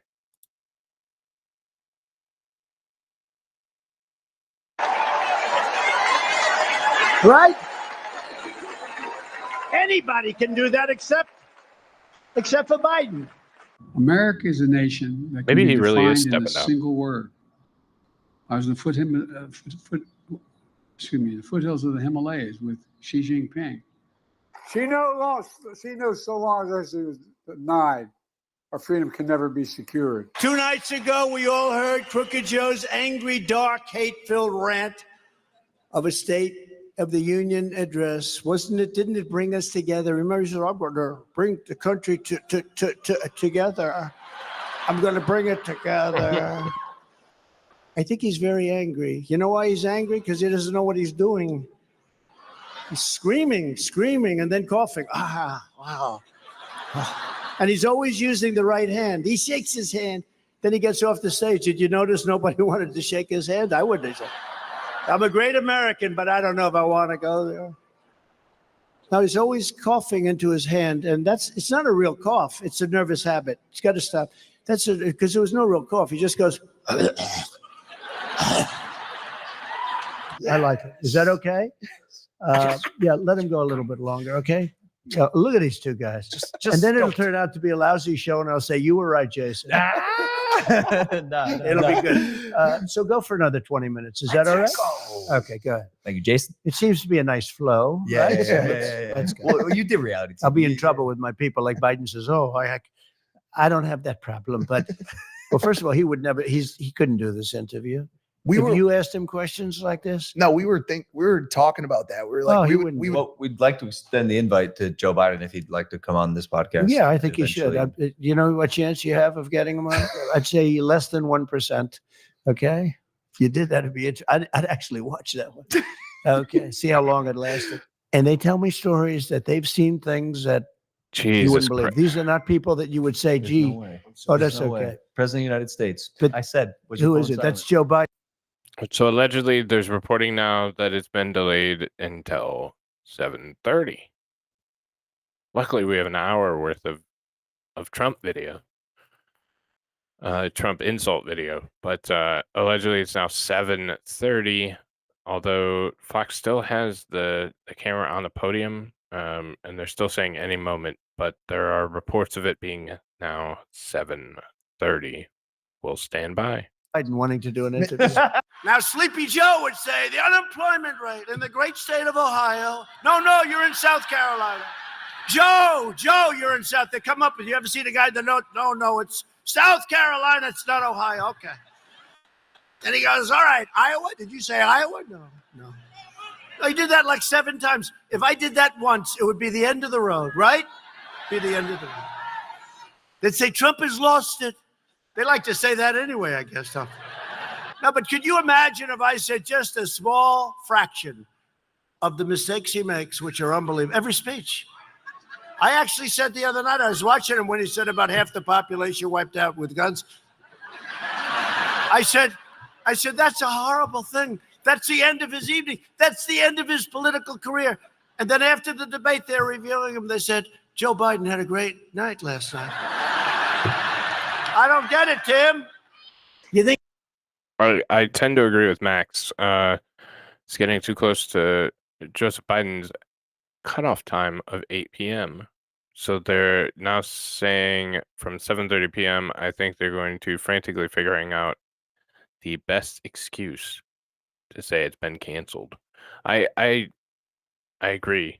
I agree. I think this is all so they're trying to do one of two things. One, they're trying to set it up so that oh shit, it is trending, delayed. They're trying to set it up so it's after the 8 p.m. time frame, so you can say, "Oh, look, he's lucid and fantastic." But they wanted to set it before, so they could have a reason to cancel it.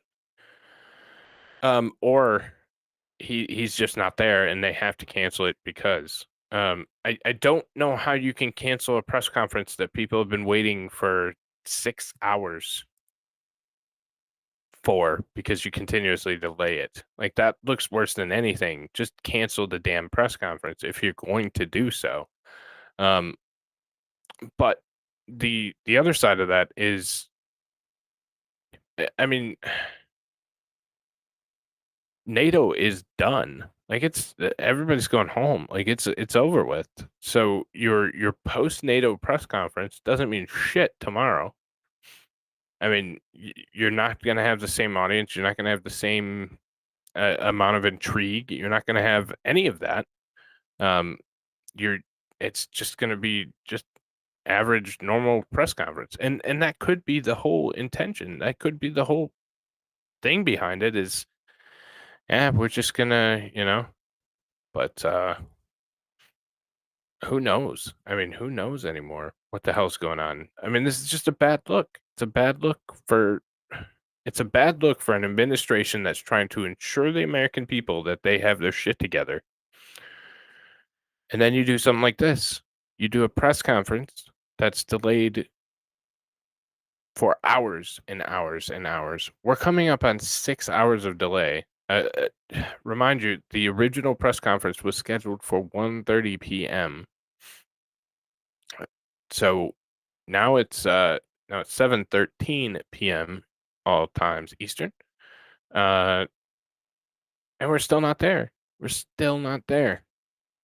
So, I mean, it looks like hell. It does not instill confidence. I know most or none of us here or in this kind of orbit are ever going to be confident in Joe Biden's leadership, but you're trying to get those few 100,000 middle of the road, probably still retarded if they're still voting for Biden, but middle of the road people to think that the country is okay being ran like this. And if you cannot even do a press conference remotely on time, then that's a problem. It's a problem. American Cheese, after the big buildup about this press conference, which they teamed the big boy press conference, it's going to torpedo the Democrat Party even more. And that could be, maybe they needed something. Maybe they needed something to finally just end this shit. Like, they had to do something. They had to do something so disgusting, so ridiculous that Joe Biden is done. Certainly could be. Certainly could be. But here we are. We're still sitting here. Still sitting here. It's 7:15 for a 1:30 press conference. And it doesn't look like we're any closer. It does look like the press corps is starting to file in. We'll go over here real quick. So it looks like we're starting to get press corps file in. Hopefully that means we're closer. I have a feeling his handlers are sabotaging him now. Easier to invoke the 25th Amendment. Yeah, no, I tend to agree with that a little bit. I'm surprised it didn't happen, but I speculated that Joe would drop out before my birthday after the debate. My birthday's on Saturday. I don't know if it's a present or not. Yeah, I mean, it's hard to tell anymore if it's a good or a bad thing. I thought for sure he was done on Monday, and given the fact that everything he everything that he does is delayed. Maybe it was intended to be Monday, and he's just that terrible that he fucked it up that bad, where he's now 3 days late, 4 days late, 5 days late. I don't know. I thought he was done on Monday. I didn't think there was any way for him to make it back from what took place.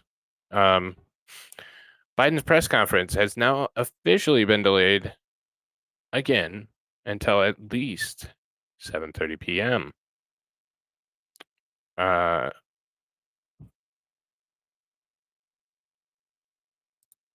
So we continue to wait.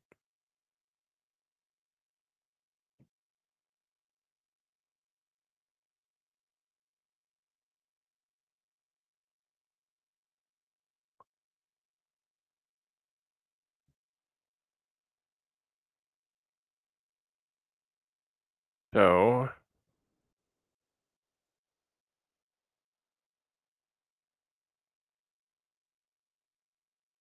why are the teleprompters set up for a press conference? That's a good question. From good old X.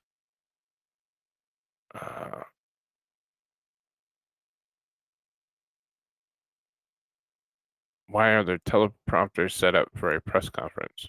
Very good question.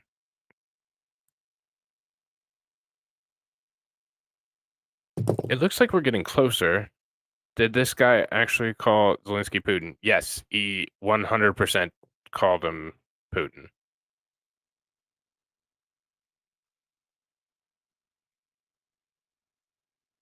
Very interesting. What's up, Ray? How you doing?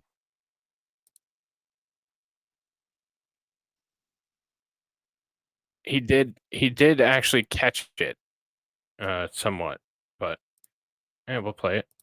It's not like we're missing anything here.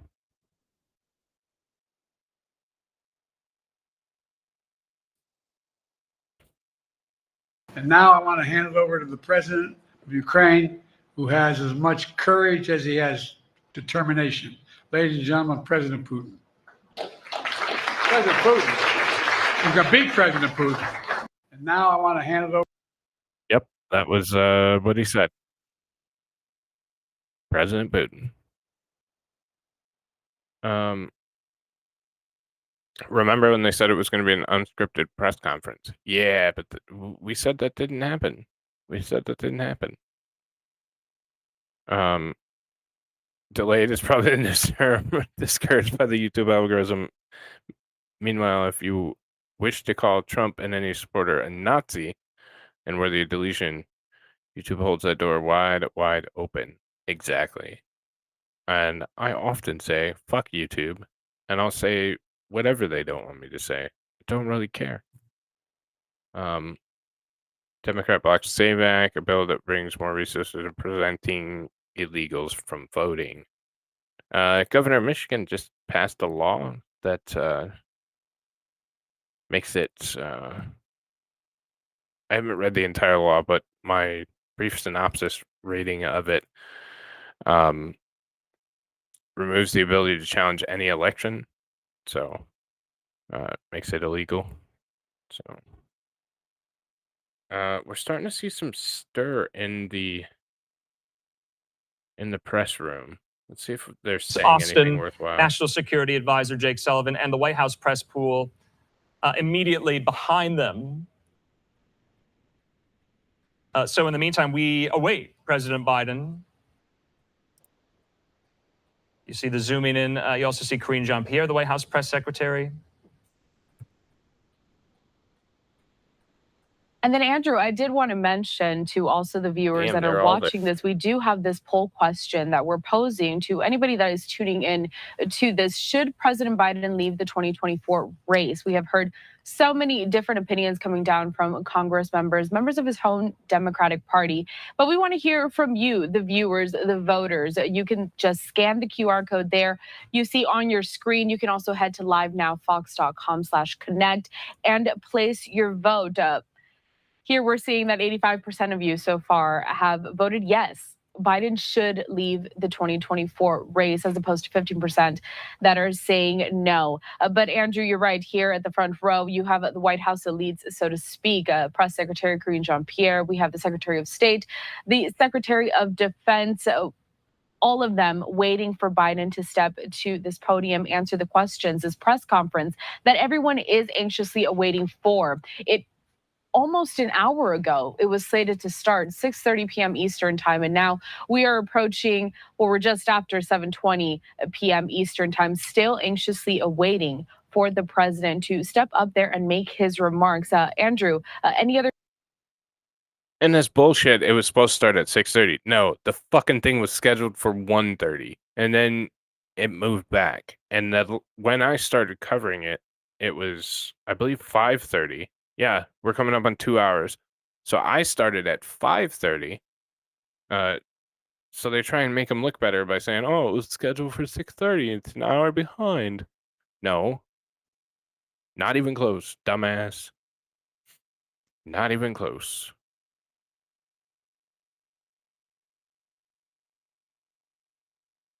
See if 7:30 comes in.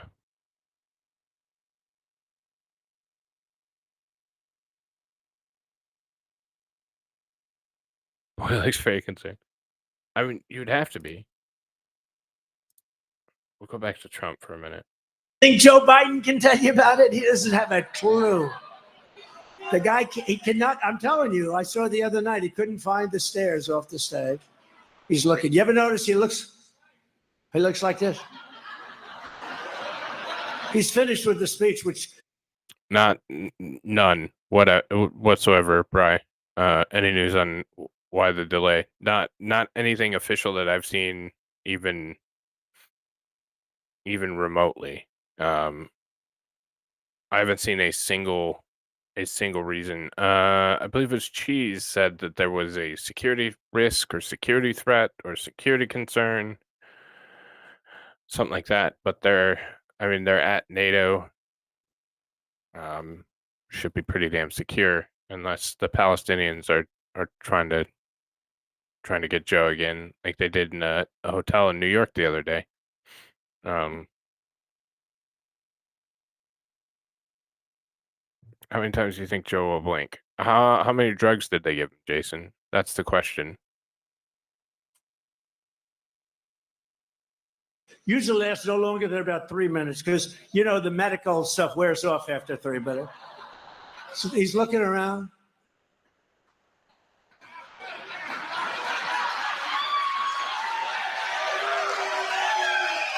Yes, reports of. He was only a good vice president because he understood how to kiss Barack Obama's.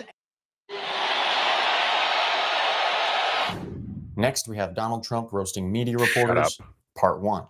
Mr. President, since you attacked CNN, can I ask you a question? John Roberts, go ahead, John. No. John Roberts, go ahead. CNN's fake news. I don't take questions. I don't take questions from CNN. CNN is fake news. I don't take questions from CNN. John Roberts of Fox. News, okay. Let's go to a real network. John, let's go. Well, we're a real network too, sir. Thank you, Mr. President. Thank you. It's a disgrace what took place. It's a disgrace. And I think they ought to apologize to start with Michael Cohen. Sir, since you're attacking us, can you give us a question? Go ahead. No, Mr. President-elect. Go ahead. Mr. President-elect, Go ahead. Since you are attacking No, our news not you. organization, Not you. can you give us a chance? Your organization You are is attacking terrible. our news organization. Your organization Can you give us a is chance terrible. to Let's ask a question, sir? Go ahead. Sir, can Quiet. you state, Quiet. Mr. President-elect, Go ahead. can you She's state asking a categorically, question. Mr. Don't be rude. President-elect, can you give us a question? Don't be You're rude. attacking us. Can you give us a question? Don't be rude. Can you No, I'm give not us a going to give you a question? question. I'm not going to give you a question. Can you state categorically? You are fake news. Sir, Go ahead. Can you state categorically that nobody... No, Mr. President-elect, that's not Go ahead. appropriate. And in fact, we'll give you a list. What we did, in fact, part of it was up there. We did a lot. Look. You know you're a fake. You know that. Your whole network, the way you cover it, is fake. And most of you, and not all of you, but the people are wise to you. That's why you have a lower approval rating than you've ever had before, times probably 3. So you haven't made any contact, though, just to make sure. With who? The North Koreans. I don't want to say. I won't say that. Okay. We have a good relationship with North Korea. As good as you can have. I mean, we have a good relationship with North Korea. I have a good relationship with Kim Jong-un, and I hope he's okay. And somebody would say, oh, that's terrible. No, it's not terrible. I hope he's okay.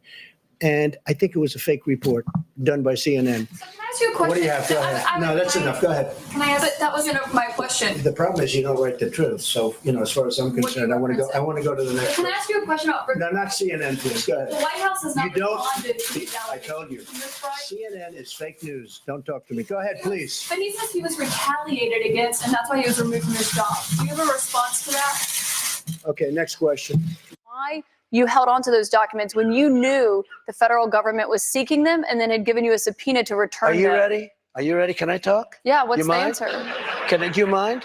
I would like for you to answer the question. Okay, it's very simple to answer. That's why I asked it. It's very simple to. You're a nasty person, I'll tell you. Can you answer Very why you simple. held on to the documents? I was negotiating. Go ahead. Sure. She's shocked that I picked her. No. She's like in a state of shock. I'm not thinking, Mr. That's President. okay. I know you're not thinking. You never do. I'm sorry? No, go ahead. Go ahead. In a tweet this weekend, Mr. President, you said that it's incorrect to say you're limiting the scope of the FBI investigation. What does that have to do with trade? I don't mind answering the question, but I'd like to do the trade. It has to do with questions the other first. headline in the news, which is the I know, Kavanaugh but nomination. how about talking about trade, and then we'll get to that. We'll do that a little bit later. Do you think the trade, Anybody have a trade? Do you Go think ahead, your trade please. deal will pass through Congress, sir? I think so. Go ahead, ask a But question. the question, sir, was what did you want President Zelensky to do about Vice President Biden and his son Hunter? Are you talking to me? Yeah, it was just a follow-up of what I just asked you, sir. Listen, you ready? We have the president of Finland. Ask him a question. I have one for him. I just wanted to follow up on the one that I asked you, which Did was, you hear what me? Did you want Did you him hear to- me? Yes, Ask sir. him a question. I will, but I've given you a long answer. Ask this gentleman a question. Don't be rude. No, sir, I don't want to be rude. I just wanted you to have a chance. Joe Biden. Hey, buddy. Holy shit, about fucking time. Thank you. Please be seated. Well, good evening. We just concluded this year's NATO summit, and the consensus among the members was it was a great success. It's especially momentous because it represented the 75th year, the most important military defense alliance in the world's history of the world. We should never forget that NATO grew out of the wreckage of World War II, I swear if he the doesn't most take questions, destructive I'm gonna war in throw history. The idea was to create an alliance of free and democratic nations that would commit themselves to a compact of collective defense. Standing together, they knew we'd all be safer. An attack on one would be treated as an attack on all. And it's worked because a would-be aggressor knows if they attack one of us, they'll be attacked by all of us. Sending that message is the best way to deter aggression and prevent wars in the first place. For those who thought NATO's time had passed, they got a rude awakening when Putin invaded Ukraine. Some of the oldest and deepest fears in Europe roared back to life because once again, a murderous madman was on the march. But this time, no one cowered in appeasement, especially the United States. We collected intelligence that Russia was planning to invade Ukraine months before the invasion. I directed the intelligence community to be a significant amount of intelligence be declassified so I could start building an international coalition to oppose the invasion. Then in February, some of you remember, I warned the world that the invasion was imminent. I rallied a coalition of 50 nations from Europe to Asia to help Ukraine defend itself. Many foreign policy experts thought as Putin amassed Russian forces just 100 miles north of Kyiv, the capital of Ukraine, but Putin thought it was the mother home of Russia. The capital would fall in less than a week. But the Ukrainian people, backed by a coalition to help build, stopped them. Today, Kyiv still stands, and NATO stands stronger than it has ever been. During the week of this summit, several heads of states made it a point in their statements to thank the United States and to thank me personally for all that NATO has achieved. NATO is not only stronger, NATO is bigger because we led the charge to bring in Finland and Sweden into the alliance, and it makes a gigantic difference. Excuse me. Meanwhile, my predecessor has made it clear he has no commitment to NATO. He's made it clear that he would feel no obligation to honor Article 5. He's already told Putin, and I quote, "Do whatever the hell you want." In fact, the day after Putin invaded Ukraine, here's what he said. It was genius. It was wonderful. Some of you forgot that, but that's exactly what he said. But I made it clear, a strong NATO is essential to American security. And I believe the obligation of Article 5 is sacred. And I would remind all Americans, Article 5 is invoked only once in NATO's long history, and that was to defend America after 9/11. I made it clear that I will not bow down to Putin. I will not walk away from Ukraine. I will keep NATO strong. That's exactly what we did, and exactly what we'll continue to do. Now, the future of American policy is up to the American people. This is much more than a political question. It's more than that. It's a national security issue. Don't reduce this to the usual testament that people talk about, issues of being a political campaign. It's far too important. It's about the world we live in for decades to come. Every American must ask herself or himself, is the world safer with NATO? Are you safer? Is your family safer? I believe the American people know the answer to all those questions is yes.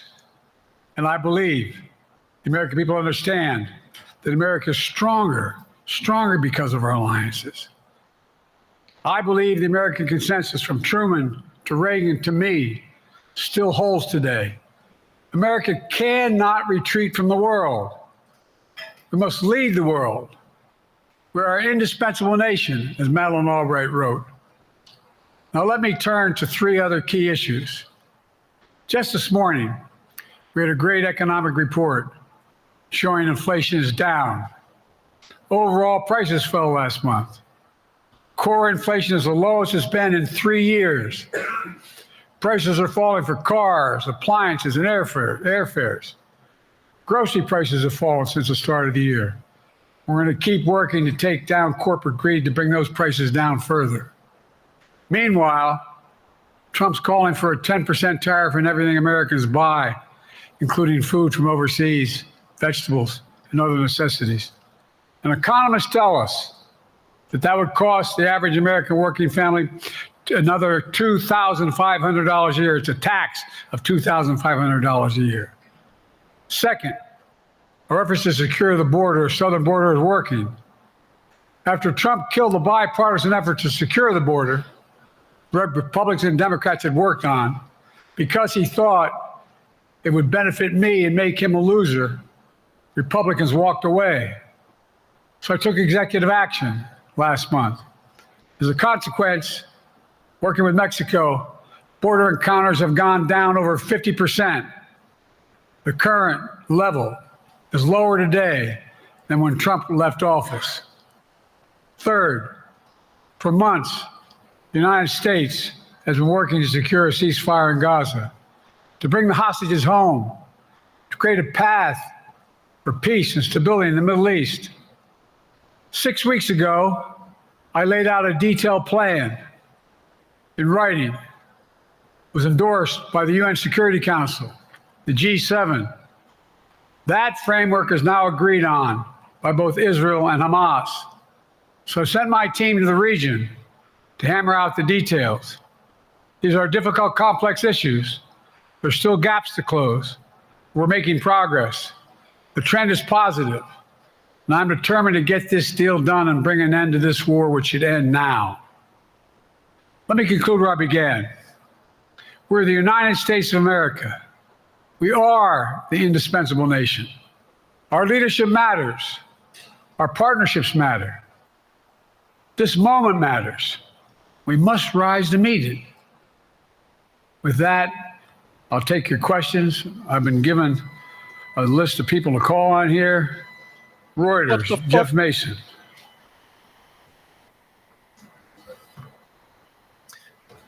Mr. President, your political future has hung over the NATO summit a little bit this week. Speaker Pelosi made a point of suggesting that your decision on whether to stay in the race was still open. George Clooney and a handful of lawmakers have called on you to step aside. Reuters is reporting tonight that UAW leadership is concerned about your ability to win. UAW just endorsed me, but go ahead. Thank you. My question for you is, how are you incorporating these developments into your decision to stay? And separately, what concerns do you have about Vice President Harris's ability to beat Donald Trump if she were at the top of the ticket? Look, I wouldn't have picked Vice President Trump to be vice president, but I think she was not qualified to be president. So let's start there. Trump. Number one. The fact is that the consideration is that I think I'm the most qualified person to run for president. I beat him once, and I will beat him again. Secondly, the idea, I served in the Senate a long time. The idea that senators and congressmen running for office worry about the ticket is not unusual. And I might add, there are at least 5 presidents running or incumbent presidents who had lower numbers than I have now, later in the campaign. So there's a long way to go in this campaign. And so I'm just going to keep moving. And because, look, I got more work to do. We got more work to finish. There's so much, we made so much progress. Think about it. Think about where we are economically relative to the rest of the world. Name me a world leader who wouldn't want to trade places with our economy. We've created over 800,000 manufacturing jobs, 1.5 million, so things are moving. We got more to go. Working class people still need help. Corporate greed is still at large. Their prices, the corporate profits have doubled since the pandemic. They're coming down. And so I'm optimistic about where things are going.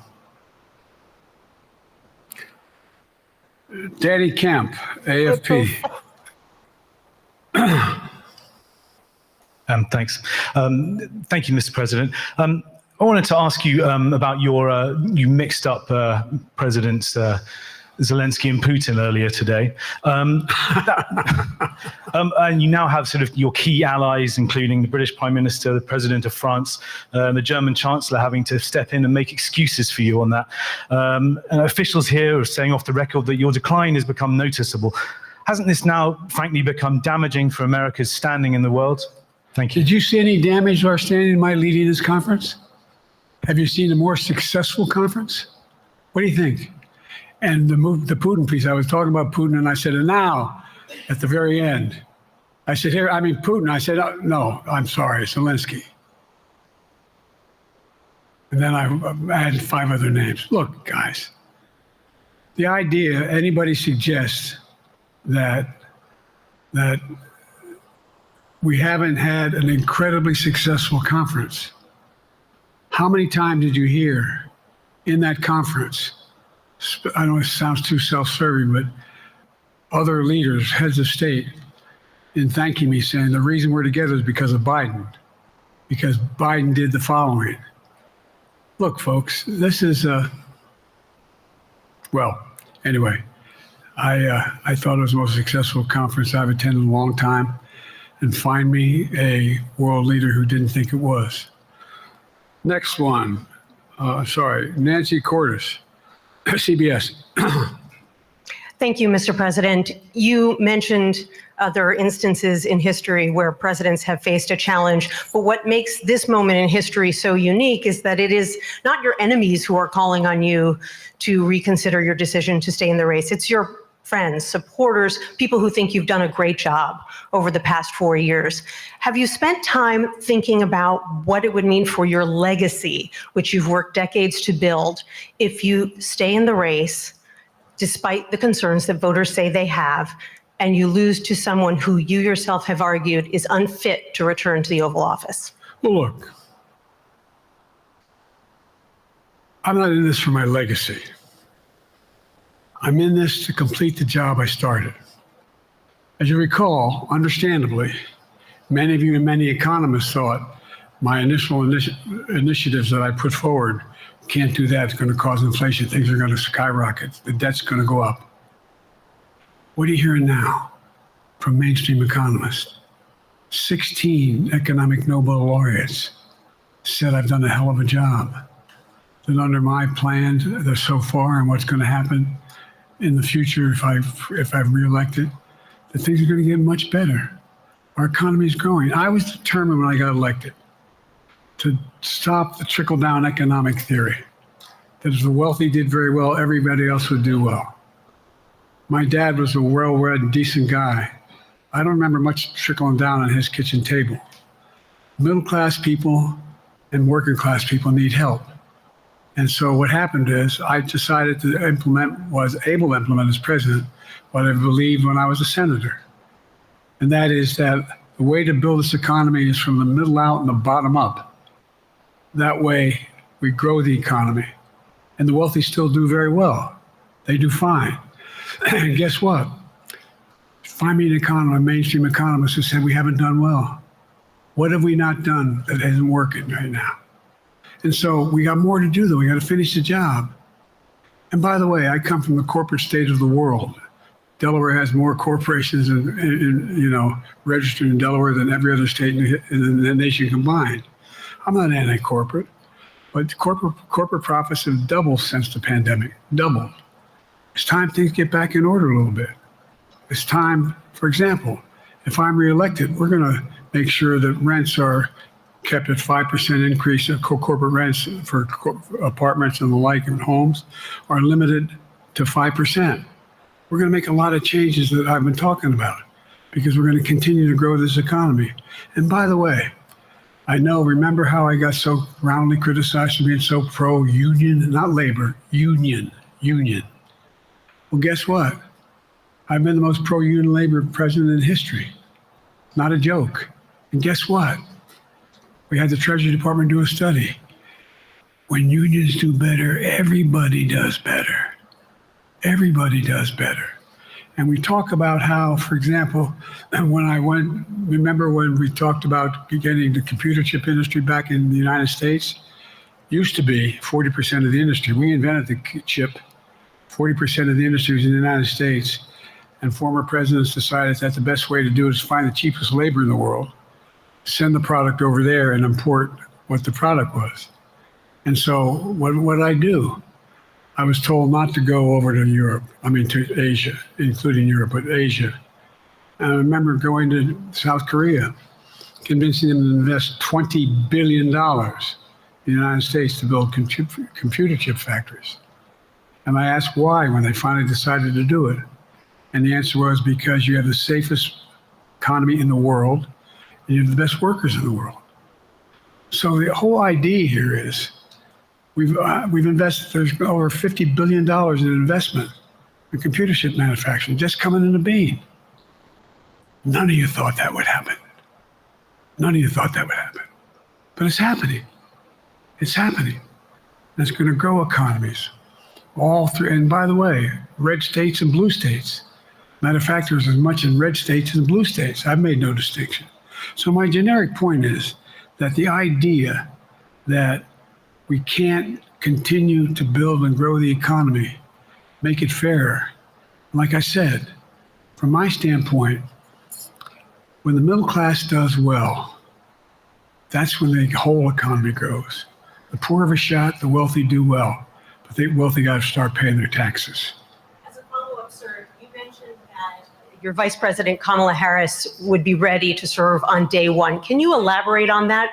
What is it about her attributes and her accomplishments over the last 4 years that make her ready to serve on day one if necessary? First of all, the way she's handled the issue of freedom of women's bodies to have control over their bodies. Secondly, her ability to handle almost any issue on the board. This was a hell of a prosecutor. She was a first-rate person, and in the Senate, she was really good. I wouldn't have picked her unless I thought she was qualified to be president. From the very beginning, I made no bones about that. She is qualified to be president. That's why I picked her. Felicia Schwartz, Financial Times. Thank you, Mr. President. Presidency is the most straining job in the world, and it's 24/7. How can you say you'll be up for that next year, in 2 years, in 4 years, given the limits you've acknowledged that you have today? The limits I've acknowledged I have? There's been reporting that you've acknowledged that you need to go to bed earlier and your evening around 8. That's not true.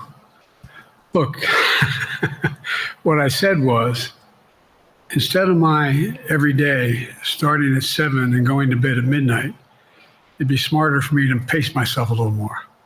And I said, for example, the 8, 7, 6 stuff, instead of starting the fundraiser at 9 o'clock, start at 8 o'clock. People get to go home by 10 o'clock. That's what I'm talking about. I'm not talking about, and if you looked at my schedule since I made that stupid mistake in the campaign, in the debate, I mean, my schedule has been full bore. I've done, where's Trump been? Riding around in his golf cart, filling out his scorecard before he hits the ball? I mean, look, he's done virtually nothing. And I have, I don't know how many, don't hold me to it, roughly 20 major events. Some with thousands of people showing up. And so I just think it's better.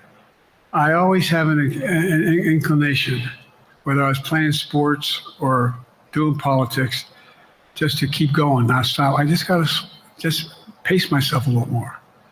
Pace myself. And the next debate, I'm not going to be traveling in just 15 time zones a week before. Anyway, that's what it was about. That's what it was about. And by the way, even with that, I love my staff, but they add things all the time. At the very end. I'm catching hell from my wife for that. Anyway. I'm sorry, Zeke Miller, Associated Press. Thank you, Mr. President. 2 questions for you. First, on the NATO summit, President Zelensky, in your meeting with him, he pressed you to lift your limitations on the Ukrainian use of American weapons, saying that, in his public remarks afterwards, saying that Ukraine cannot win the war unless those limitations are lifted. Are you reconsidering your position on that? And then secondly, following up on Felicia's question there, leaders of your own party have said that they're not worried about that debate. They're worried about the next bad night and the bad night after that. How can you reassure the American people that you are up to the task and that there won't be more bad nights at a debate stage or somewhere else? First thing about Zelensky Trump is trending, asking for the ability to strike deep into Russia. We've allowed Zelensky to use American weapons in the near term and the near abroad into Russia. Whether or not he should be attacked. For example, should Zelensky, he's not. If he had the capacity to strike Moscow, strike the Kremlin, would that make sense? It wouldn't. Question is, what's the best use of the weaponry he has, the weaponry we're getting to him? I've gotten a more long-range capacity, as well as defensive capacity. And so our military is where I'm following the advice of my commander-in-chief, the chief of staff of the military, as well as the Secretary of Defense and our intelligence people. And we're making a day-to-day basis on what they should and shouldn't, how far they should go in. That's a logical thing to do. Second question related to bad night, sir? How can you reassure the American people that you won't have more bad nights, whether they be on a debate stage or it's a matter of foreign policy? Well, I tell you what, the best way to assure them is the way I assure myself. And that is, am I getting the job done? Am I getting the job done? Can you name me somebody who's gotten more major piece of legislation passed in 3.5 years? I created 2,000 jobs just last week. So if I slow down, I can't get the job done. That's a sign that I shouldn't be doing it. But there's no indication of that yet. None. President Trump. Who we got here?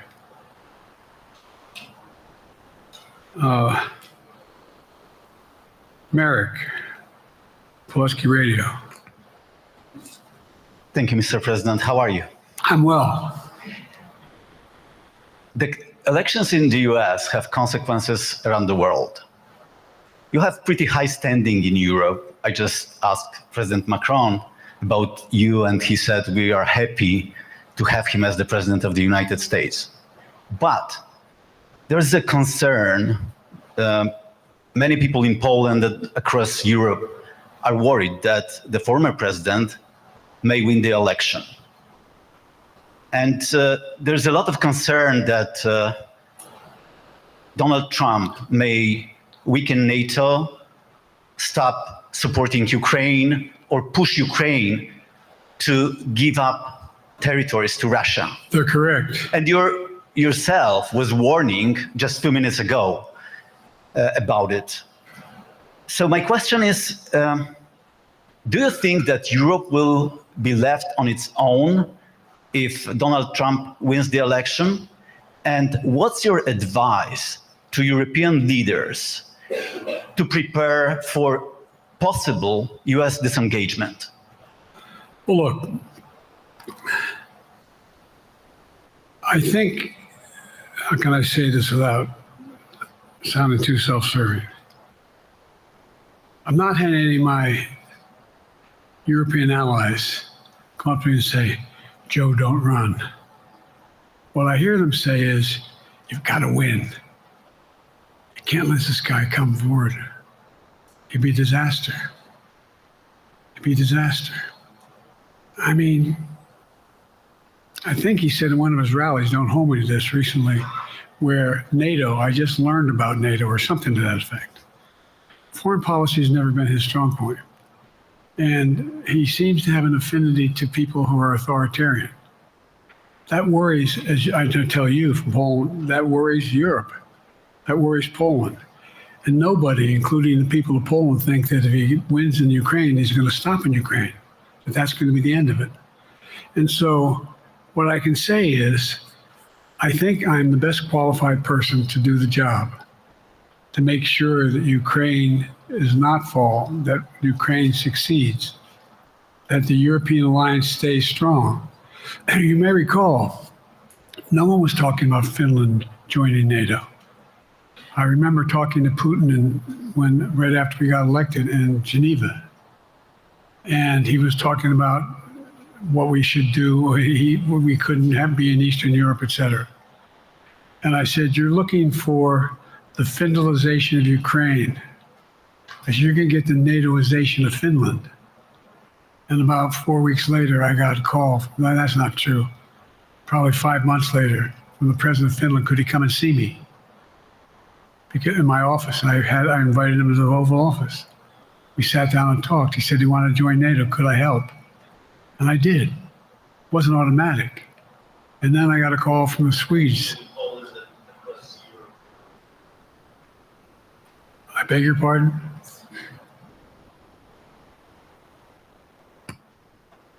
And so Finland joined NATO, 800-mile border is a significant, and they're already allies, but they weren't part of NATO. And you heard, I think you heard, maybe, I can't recall whether he said it publicly in our closed meeting, but he wouldn't mind it being repeated.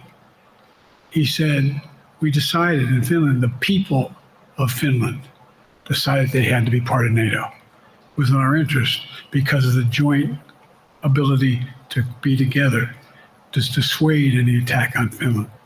And the same thing with Sweden. It took a lot of selling to some folks, particularly in Turkey and other places, to agree to the expansion. But it expanded, and we're a hell of a lot stronger because of it.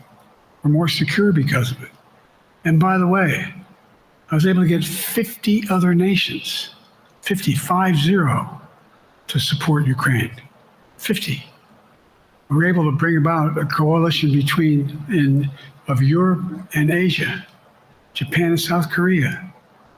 I just we talked about AUKUS, and we talked about the relationship between Australia, New Zealand, Japan, South Korea, the United States.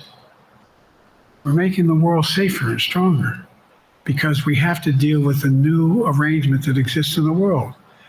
The Cold War is over. The post-war era is over. What is going to replace it? And I respectfully suggest I have a pretty good idea what that should be. I've convinced a lot of people to follow it, and we're just going to get stronger. David Sanger. Where's it? Thank you, Mr. President. Be nice, David. Mr. President, the NATO declaration that was issued yesterday was very notable because it described China as a decisive enabler of the war in Ukraine for its provision of critical goods to the Russians. That's part of a broader partnership that seems to have cemented in place in the past 2 or 3 years. I think one that you were a little bit doubtful of when we asked you about it some time ago.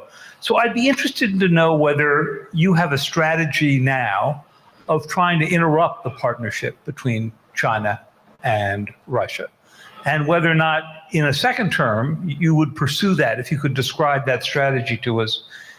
And along the way, could you also tell us whether you think, just to follow up on Felicia's question, that if you were in a room with Vladimir Putin again, the way you were 3 years ago, or with President Xi, that a few years from now you will be able to go negotiate with them, handle them one-on-one?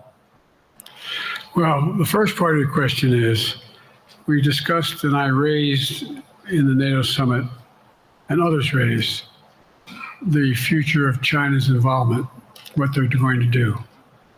What they're doing with Russia in terms of accommodating, facilitating them. They're getting access to additional, they're not supplying weapons themselves, they're supplying mechanisms for them to be able to get weapons.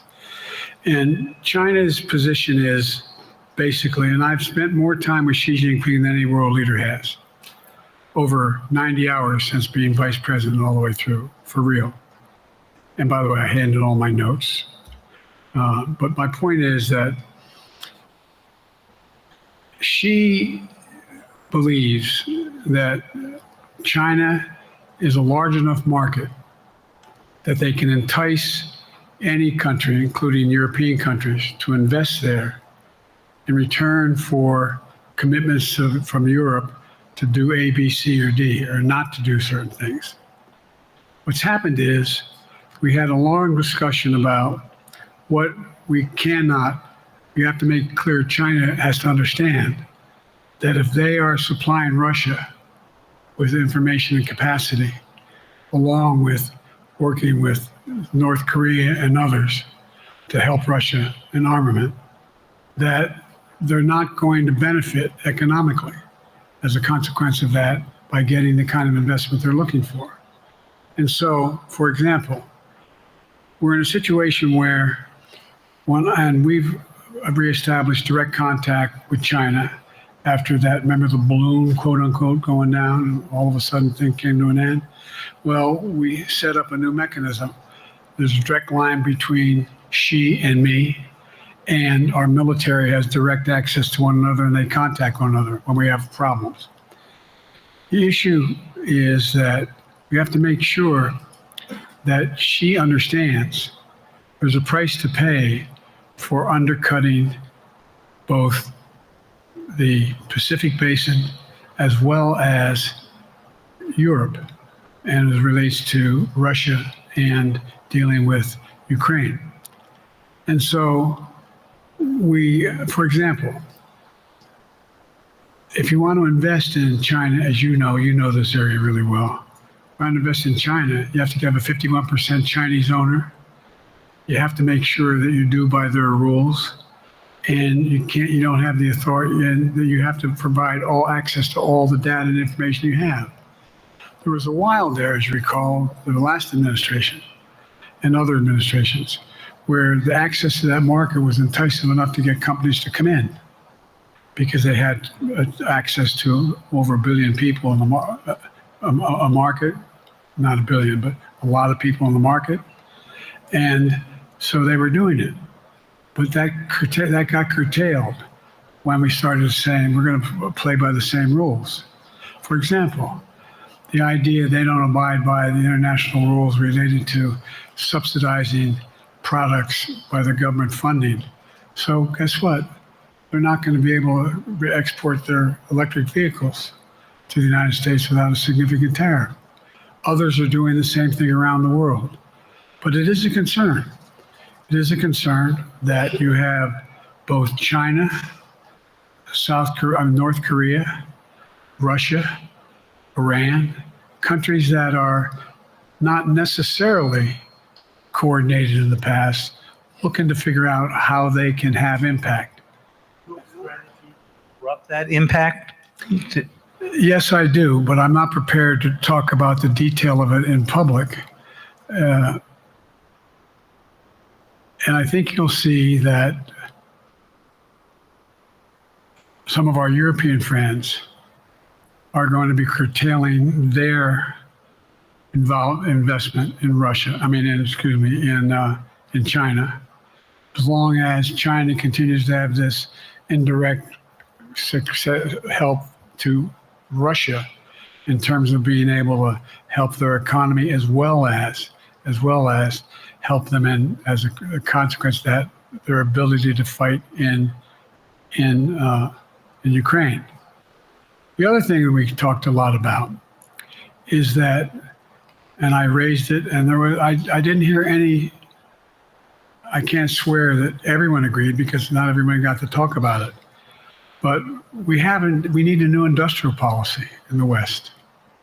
For example, we talked about how both the EU as well as NATO has to be able to begin to build their own munition capacity, has to be able to generate their own capacity to provide for weapons and the ability to, it came as a surprise to some of us how we had fallen behind in the West in terms of the ability to construct new material, new weaponry, new everything from vehicles to weapon systems.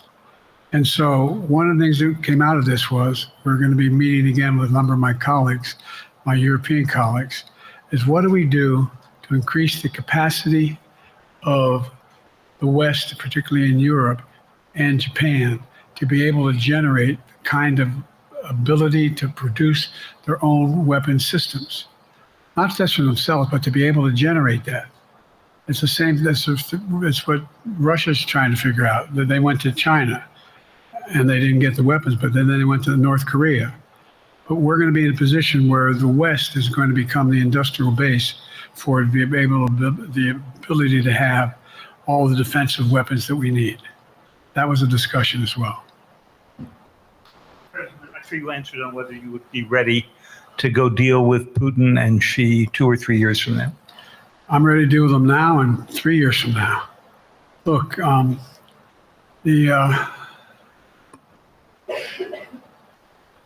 like I said, I'm dealing with Xi right now and direct contact with him.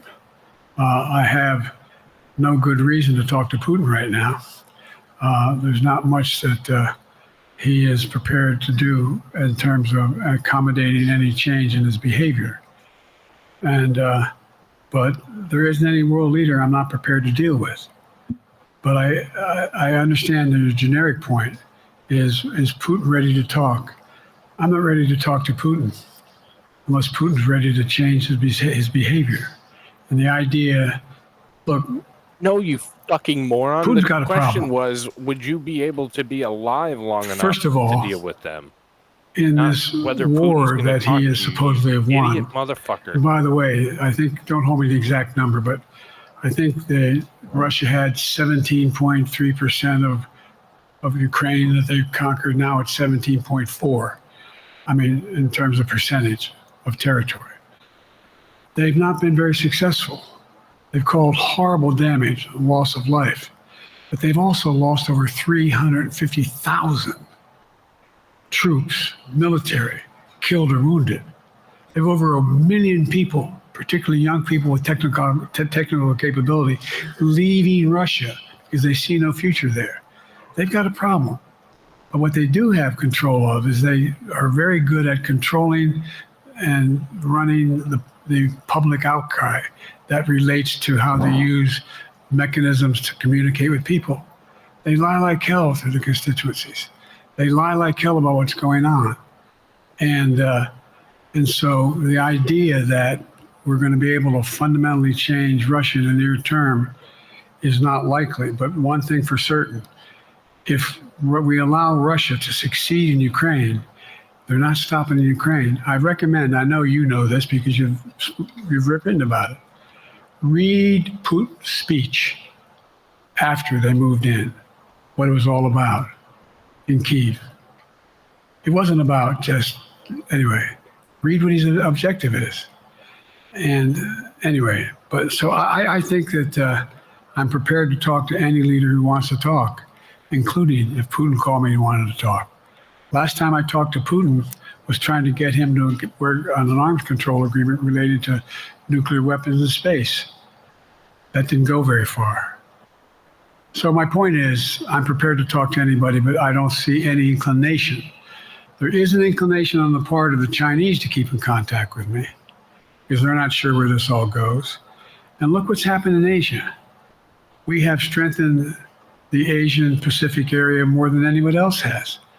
We just put together with today. I brought on. I asked our NATO allies that we bring on the group from the South Pacific, Australia, New Zealand, Japan, Australia. I already mentioned Australia, and I met twice now. I think with the 14 leaders of the Pacific Island nations, and we've slowed down what's going on there.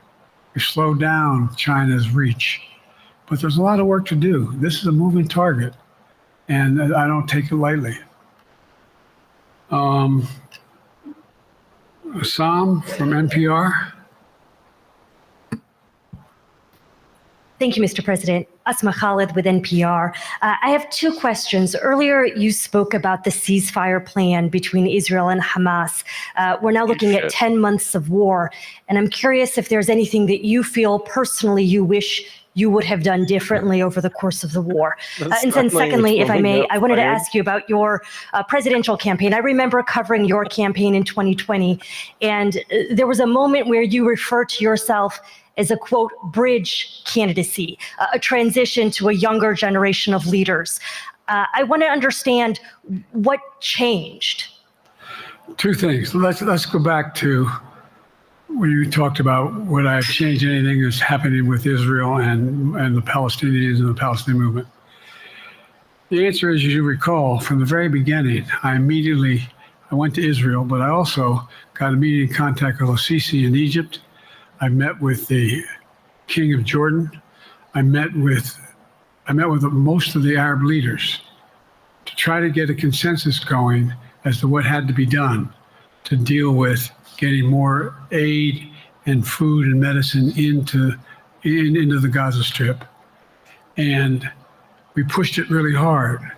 And Israel occasionally was less than cooperative, number one. The Israeli War Cabinet, I've been dealing with Israel since Golda Meir. I've saw some of the reporters around here come all the time have heard me say this. The first time I met with Golda Meir, I sat across from her at her desk, and her assistant was Rabin sitting next to me. That's how far back I go. I know Israel well, and I support Israel. But this war cabinet is one of the most conservative war cabinets in the history of of Israel. And there's no ultimate answer other than a two-state solution here. And so what was able to be done in terms of the plan I put together was it would be a process for a two-state solution. And we get the Arab nations to, particularly from Egypt all the way to Saudi Arabia, to be in a position where they would cooperate in the transition so that they could keep the peace in Gaza without Israeli forces staying in Gaza. The question has been from the beginning, what's the day after in Gaza? And the day after in Gaza has to be, the end of the day after has to be no occupation by Israel on the Gaza Strip, as well as the ability for us to get in and out as rapidly as you can, all that's needed there. I've been disappointed that some of the things that I've put forward have not succeeded as well, like the port reattached from Cyprus. I was hopeful that would be more successful. But that's why when I went to Israel immediately after the massacres that occurred at the hands of Hamas, the one thing I said to the Israelis, and I met with the War Cabinet and with Bibi, don't make the same mistake America made after bin Laden. There's no need to occupy anywhere. Go after the people who did the job.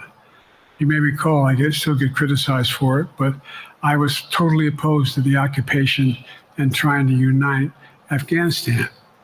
Once we got bin Laden, we should have moved on, because it was not no one's ever going to unite that country. I've been over every inch of that, not every inch, the entirety from the poppy fields all the way to the north. I said, don't make the same mistake we made. Don't think that's what you should be doing, is doubling down. We'll help you find the bad guys, Sinwar and company. And all this criticism about I wouldn't provide when the weapons they needed. I'm not providing them 2,000-pound bombs. They cannot be used in Gaza or any populated area without causing great human tragedy and damage. But remember what happened when you had the attack on Israel with rockets and ballistic missiles. I was able to unite the Arab nations as well as Europe, and nothing happened. Nothing got hurt. It sent an incredible lesson to what was going on from the Middle East. So there's a lot of things, in retrospect, I wish I had been able to convince the Israelis to do. But the bottom line is we have a chance now. It's time to end this war.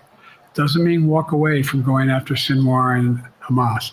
And if you notice, you know better than most, there is a growing dissatisfaction on the West Bank from the Palestinians about Hamas. Hamas is not popular now. And so there's a lot of moving parts. I just have to keep moving to make sure that we get as much done as we can toward a ceasefire, and get those. And by the way, look at the numbers in Israel. I mean, my numbers are better in Israel than they are here. But then again, they're better than a lot of other people here too. But anyway. Bridge candidacy in 2020. You referred to yourself as being a bridge candidate for a younger, fresher generation of Democratic leaders. And I wanted to know what changed. What changed was the gravity of the situation I inherited in terms of the economy, our foreign policy, and domestic division. And I think, I won't put words in anybody's mouth. Most presidential historians give me credit for having accomplished more than most any president since Johnson and maybe before that to get major pieces of legislation passed. And what I realized was my long time in the Senate had equipped me to have the wisdom on how to deal with the Congress to get things done. We got more major legislation passed that no one thought would happen. And I want to finish it, to get that finished. If tomorrow, if we had a circumstance where there was a lineup and I hadn't inherited what I did and we just moved things along. Anyway, It's going to change. Last question. Haley Bull, Scripps. Or no, Josh Weingrove, I'm sorry, was the next one. I'll do 2 more questions. Oh, thank God. Thank God. Thank you, The Mr. B-52s President. just went up. Many of your so colleagues, maybe that's Democrats why- on the Hill, are watching tonight as they assess what they want to say about your candidacy. I'm wondering how you're thinking of this right now. It seems like your answer is clear, but they're watching how things go tonight, tomorrow in Michigan, next week in Texas and Nevada. Are you thinking that way about whether how the next week or 2 goes would inform your? Am I using that way, you said? Are you thinking that way about how the next 2 weeks go? Will that affect your decision, or are you fully determined on running in November as the party's nominee? I'm determined on running, but I think it's important that I allay fears by let them see me out there. Let me see them out. For the longest time it was, Biden's not prepared to sit with us unscripted. Biden's not prepared to, anyway.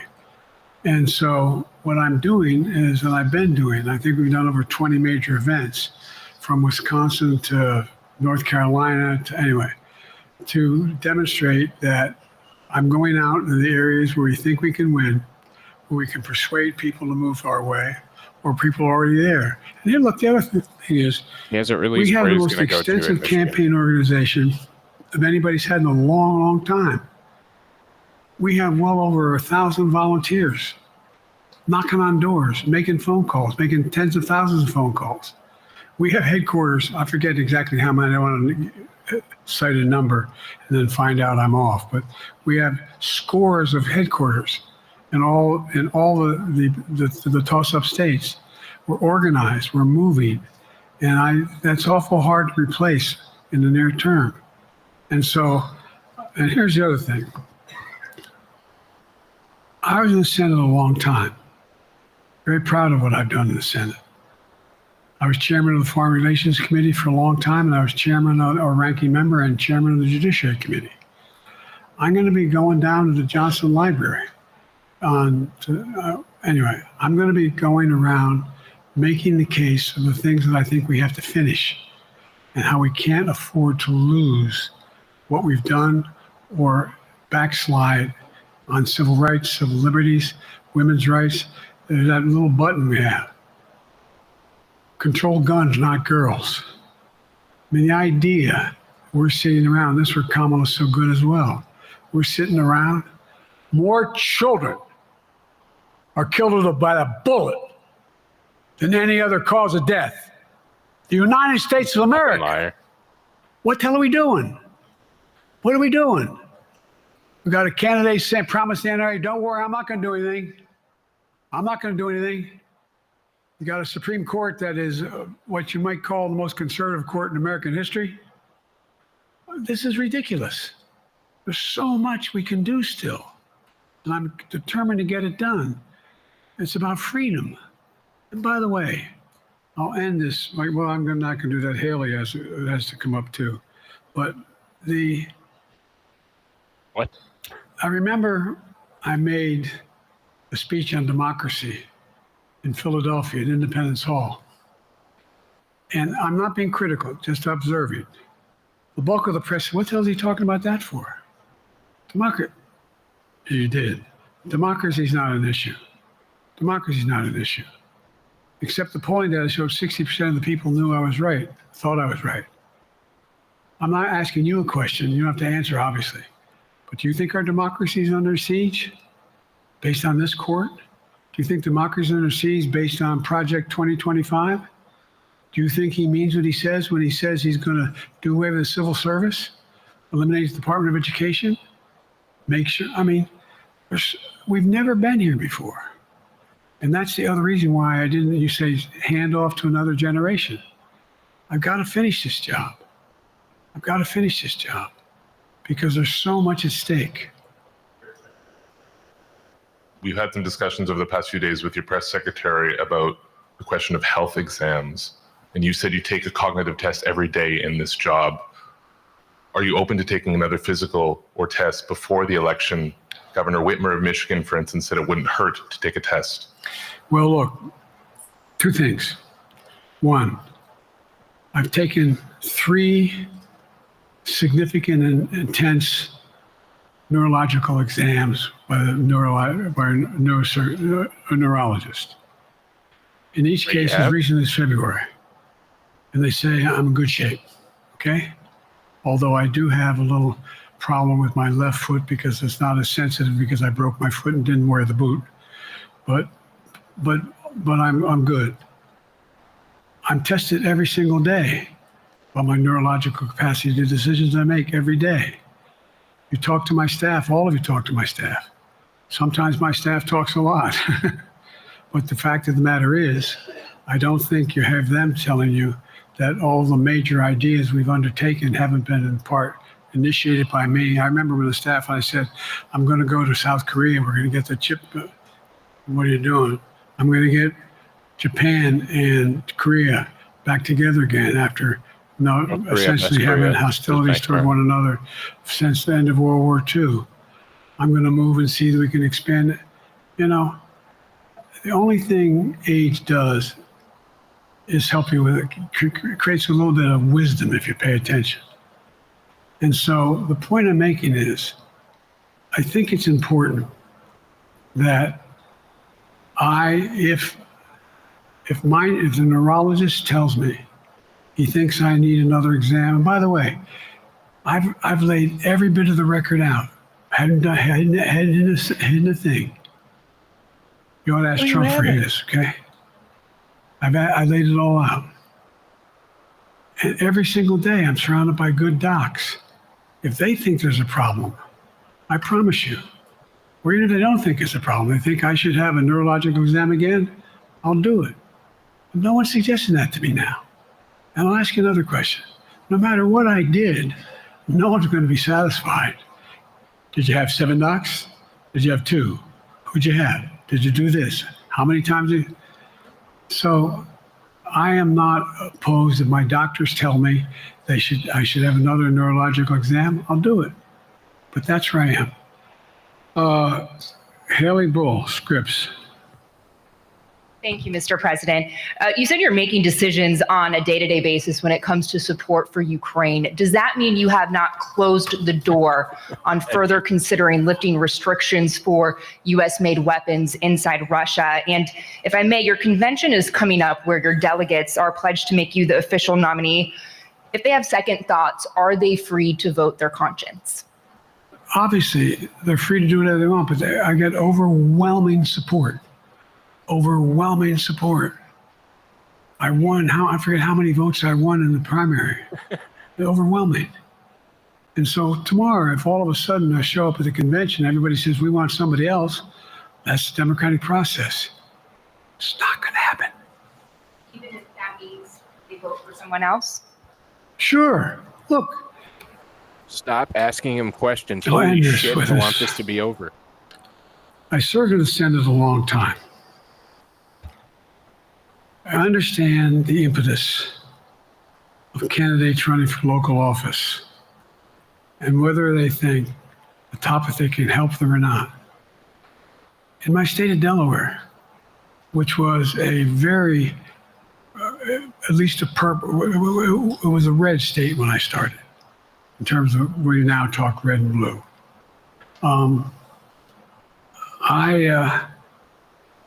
I don't recall most of the Democratic presidents winning my state when I was a candidate. The truth of the matter is I understand the self-interest of every candidate. If they think that, running with Biden at the top is going to hurt them, then they're going to run away. I get it. But so far, go and look at the polling data in their states. Look at the in-depth, and by the way, I think you'd all acknowledge, and you're all experts. I'm not being solicitous about the president. You're experts on this stuff. How accurate does anybody think the polls are these days? I can give you a series of polls where you have likely voters, me versus Trump, where I win all the time. When the unlikely voters vote, he wins sometimes. The bottom line is all the polling data right now, which I think is premature because the campaign really hasn't even started. I mean, it hadn't started in earnest yet. Most of the time, it doesn't start till after September, after Labor Day. So a lot can happen. But I think I'm the best I believe I'm the best qualified to govern. And I think I'm the best qualified to win. But there are other people who could beat Trump too. But it's awful start from scratch. And, we talk about, money raised. We're not doing bad. We got about $220 million in the bank. We're doing well. So with that, do you have any want to follow up on any of that you just asked me? Yes. You earlier explained confidence in your vice president. Yes. If your team came back and showed you data that she would fare better against former President Donald Trump, would you reconsider your decision to stay in the race? No, unless they came back and said, there's no way you can win. Me. No one's saying that. No poll says that. Mr. President, Thanks. This ends tonight's press conference.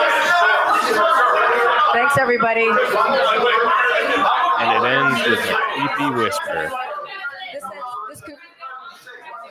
This concludes. Respectfully, earlier you misspoke in your opening answer. You referred to Vice President Harris as Vice President Trump. Uh-oh. Right now, Donald Trump is using that to mock your age and your memory. How do you combat that criticism from tonight? Oh, fuck you. Listen to him. This concludes tonight's press conference. Thank you, everybody. Thanks, everyone. Hang on. We'll watch him walk off stage. Listen to him. Listen to Trump. Okay, we're going to start. I wouldn't have picked Vice President Trump to be vice president, but I think she was not qualified to be president. There it is. It's plain and simple. Like, I wouldn't have picked Vice President Trump. He definitely fucked up.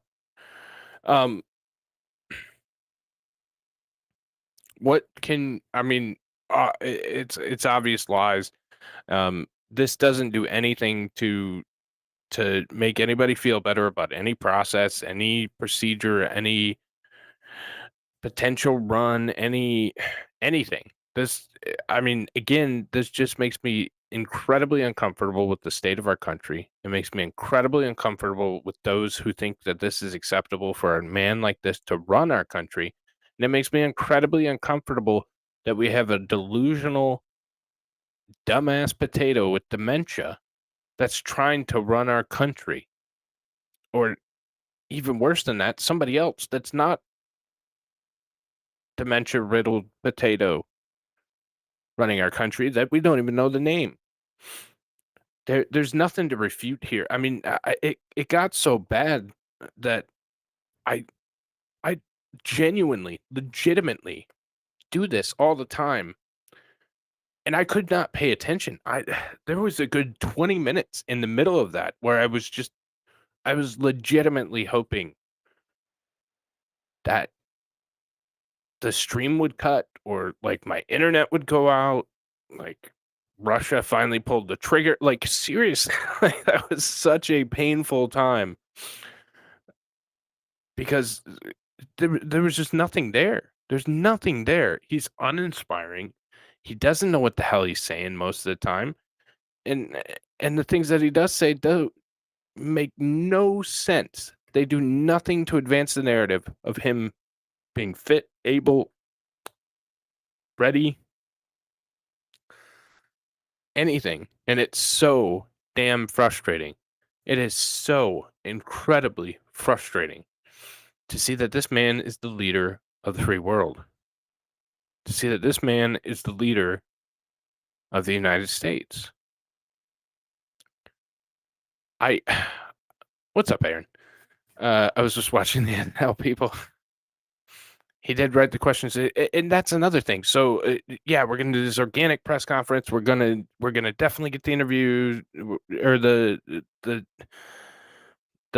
questions, and it's gonna be fine. And he does a teleprompter speech to kick it off, and then his first question out of the gate is calling his Vice President Donald Trump. And then we just go downhill from there, and it gets worse, and it gets worse, and it gets worse. And it gets to the point where I literally checked out, despite my best efforts, despite the fact that I can pay attention to some pretty dry, bland shit. I completely just nodded out in the middle of that. Like, did not know what was going on, could not care less. I don't know what he said. None of it means anything anyways. And this doesn't help in any way advance the narrative that Joe Biden is in control of this country, that he's capable of another 4 more years, and that we should be comfortable with President Biden to even finish this term, let alone go into a next one. He handpicked questions that were procured from a list that he had behind the podium, that he called names off a list. They've gotten criticism for doing that before. We'll see what kind of thing comes out of that. And of course Trump's going to make fun of you for Vice President Donald Trump. You should be shamed into retirement. You should be shamed into stepping down. You should be shamed into the 25th Amendment. You had a chance. We all know they asked you to take the test, which you stand there and lie about. We all know they asked you to stand down, which you said no. Now you pay the price, and you should. You should be removed immediately by the 25th Amendment. And that isn't anything partisan. That is for the good of this country. You are on the biggest stage in the world at a military alliance of countries that are actively hostile towards each other, and you make us look like an ass. You deserve to be removed tonight by the 25th Amendment. And I don't like Harris. I don't at all. But damn, it's got to be better than this asshole. He has forgone his right to be able to ride this out. This is disgusting, and it's harmful to our nation. It puts us at a security advantage or disadvantage. God, he just pissed me off. We're disadvantaged at this point. You're on the world stage at a NATO alliance meeting, and you can't even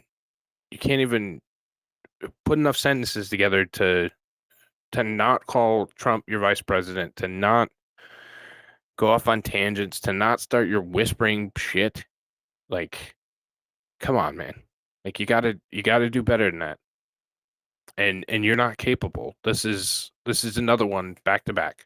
It's time, Joe. Get the hell out of the way. And I don't care who, I truly do not care who takes your spot. It's time for you to go. It's time for you to go, Joe. Well, that was frustrating and should have taken about 20 minutes and ended up taking over 3 hours because, not to mention, you were late 7 hours, 6 hours, whatever it was. So he's orange now. Yeah, no. He's trying to do everything, Trump. He's claiming the 2% that countries are paying for NATO was because of him. I mean, he's dyeing himself orange now. Like, he's just trying to claim everything, Trump. So it's incredibly frustrating, and I think we're at an incredibly dangerous point in our country. And it's time for Joe to go. And it's time for us to regroup, and we need to it's not even enough for Joe to be gone at this point. It's time for Joe to be gone and us to take corrective measures so we never get this far down the path ever again. Joe Biden does not run this country, and anybody telling you he does or trying to gaslight you into he does is an asshole. Until next time, boys and girls. I'm going to go lower my blood pressure and then probably go into Discord and bitch about it for about an hour. So,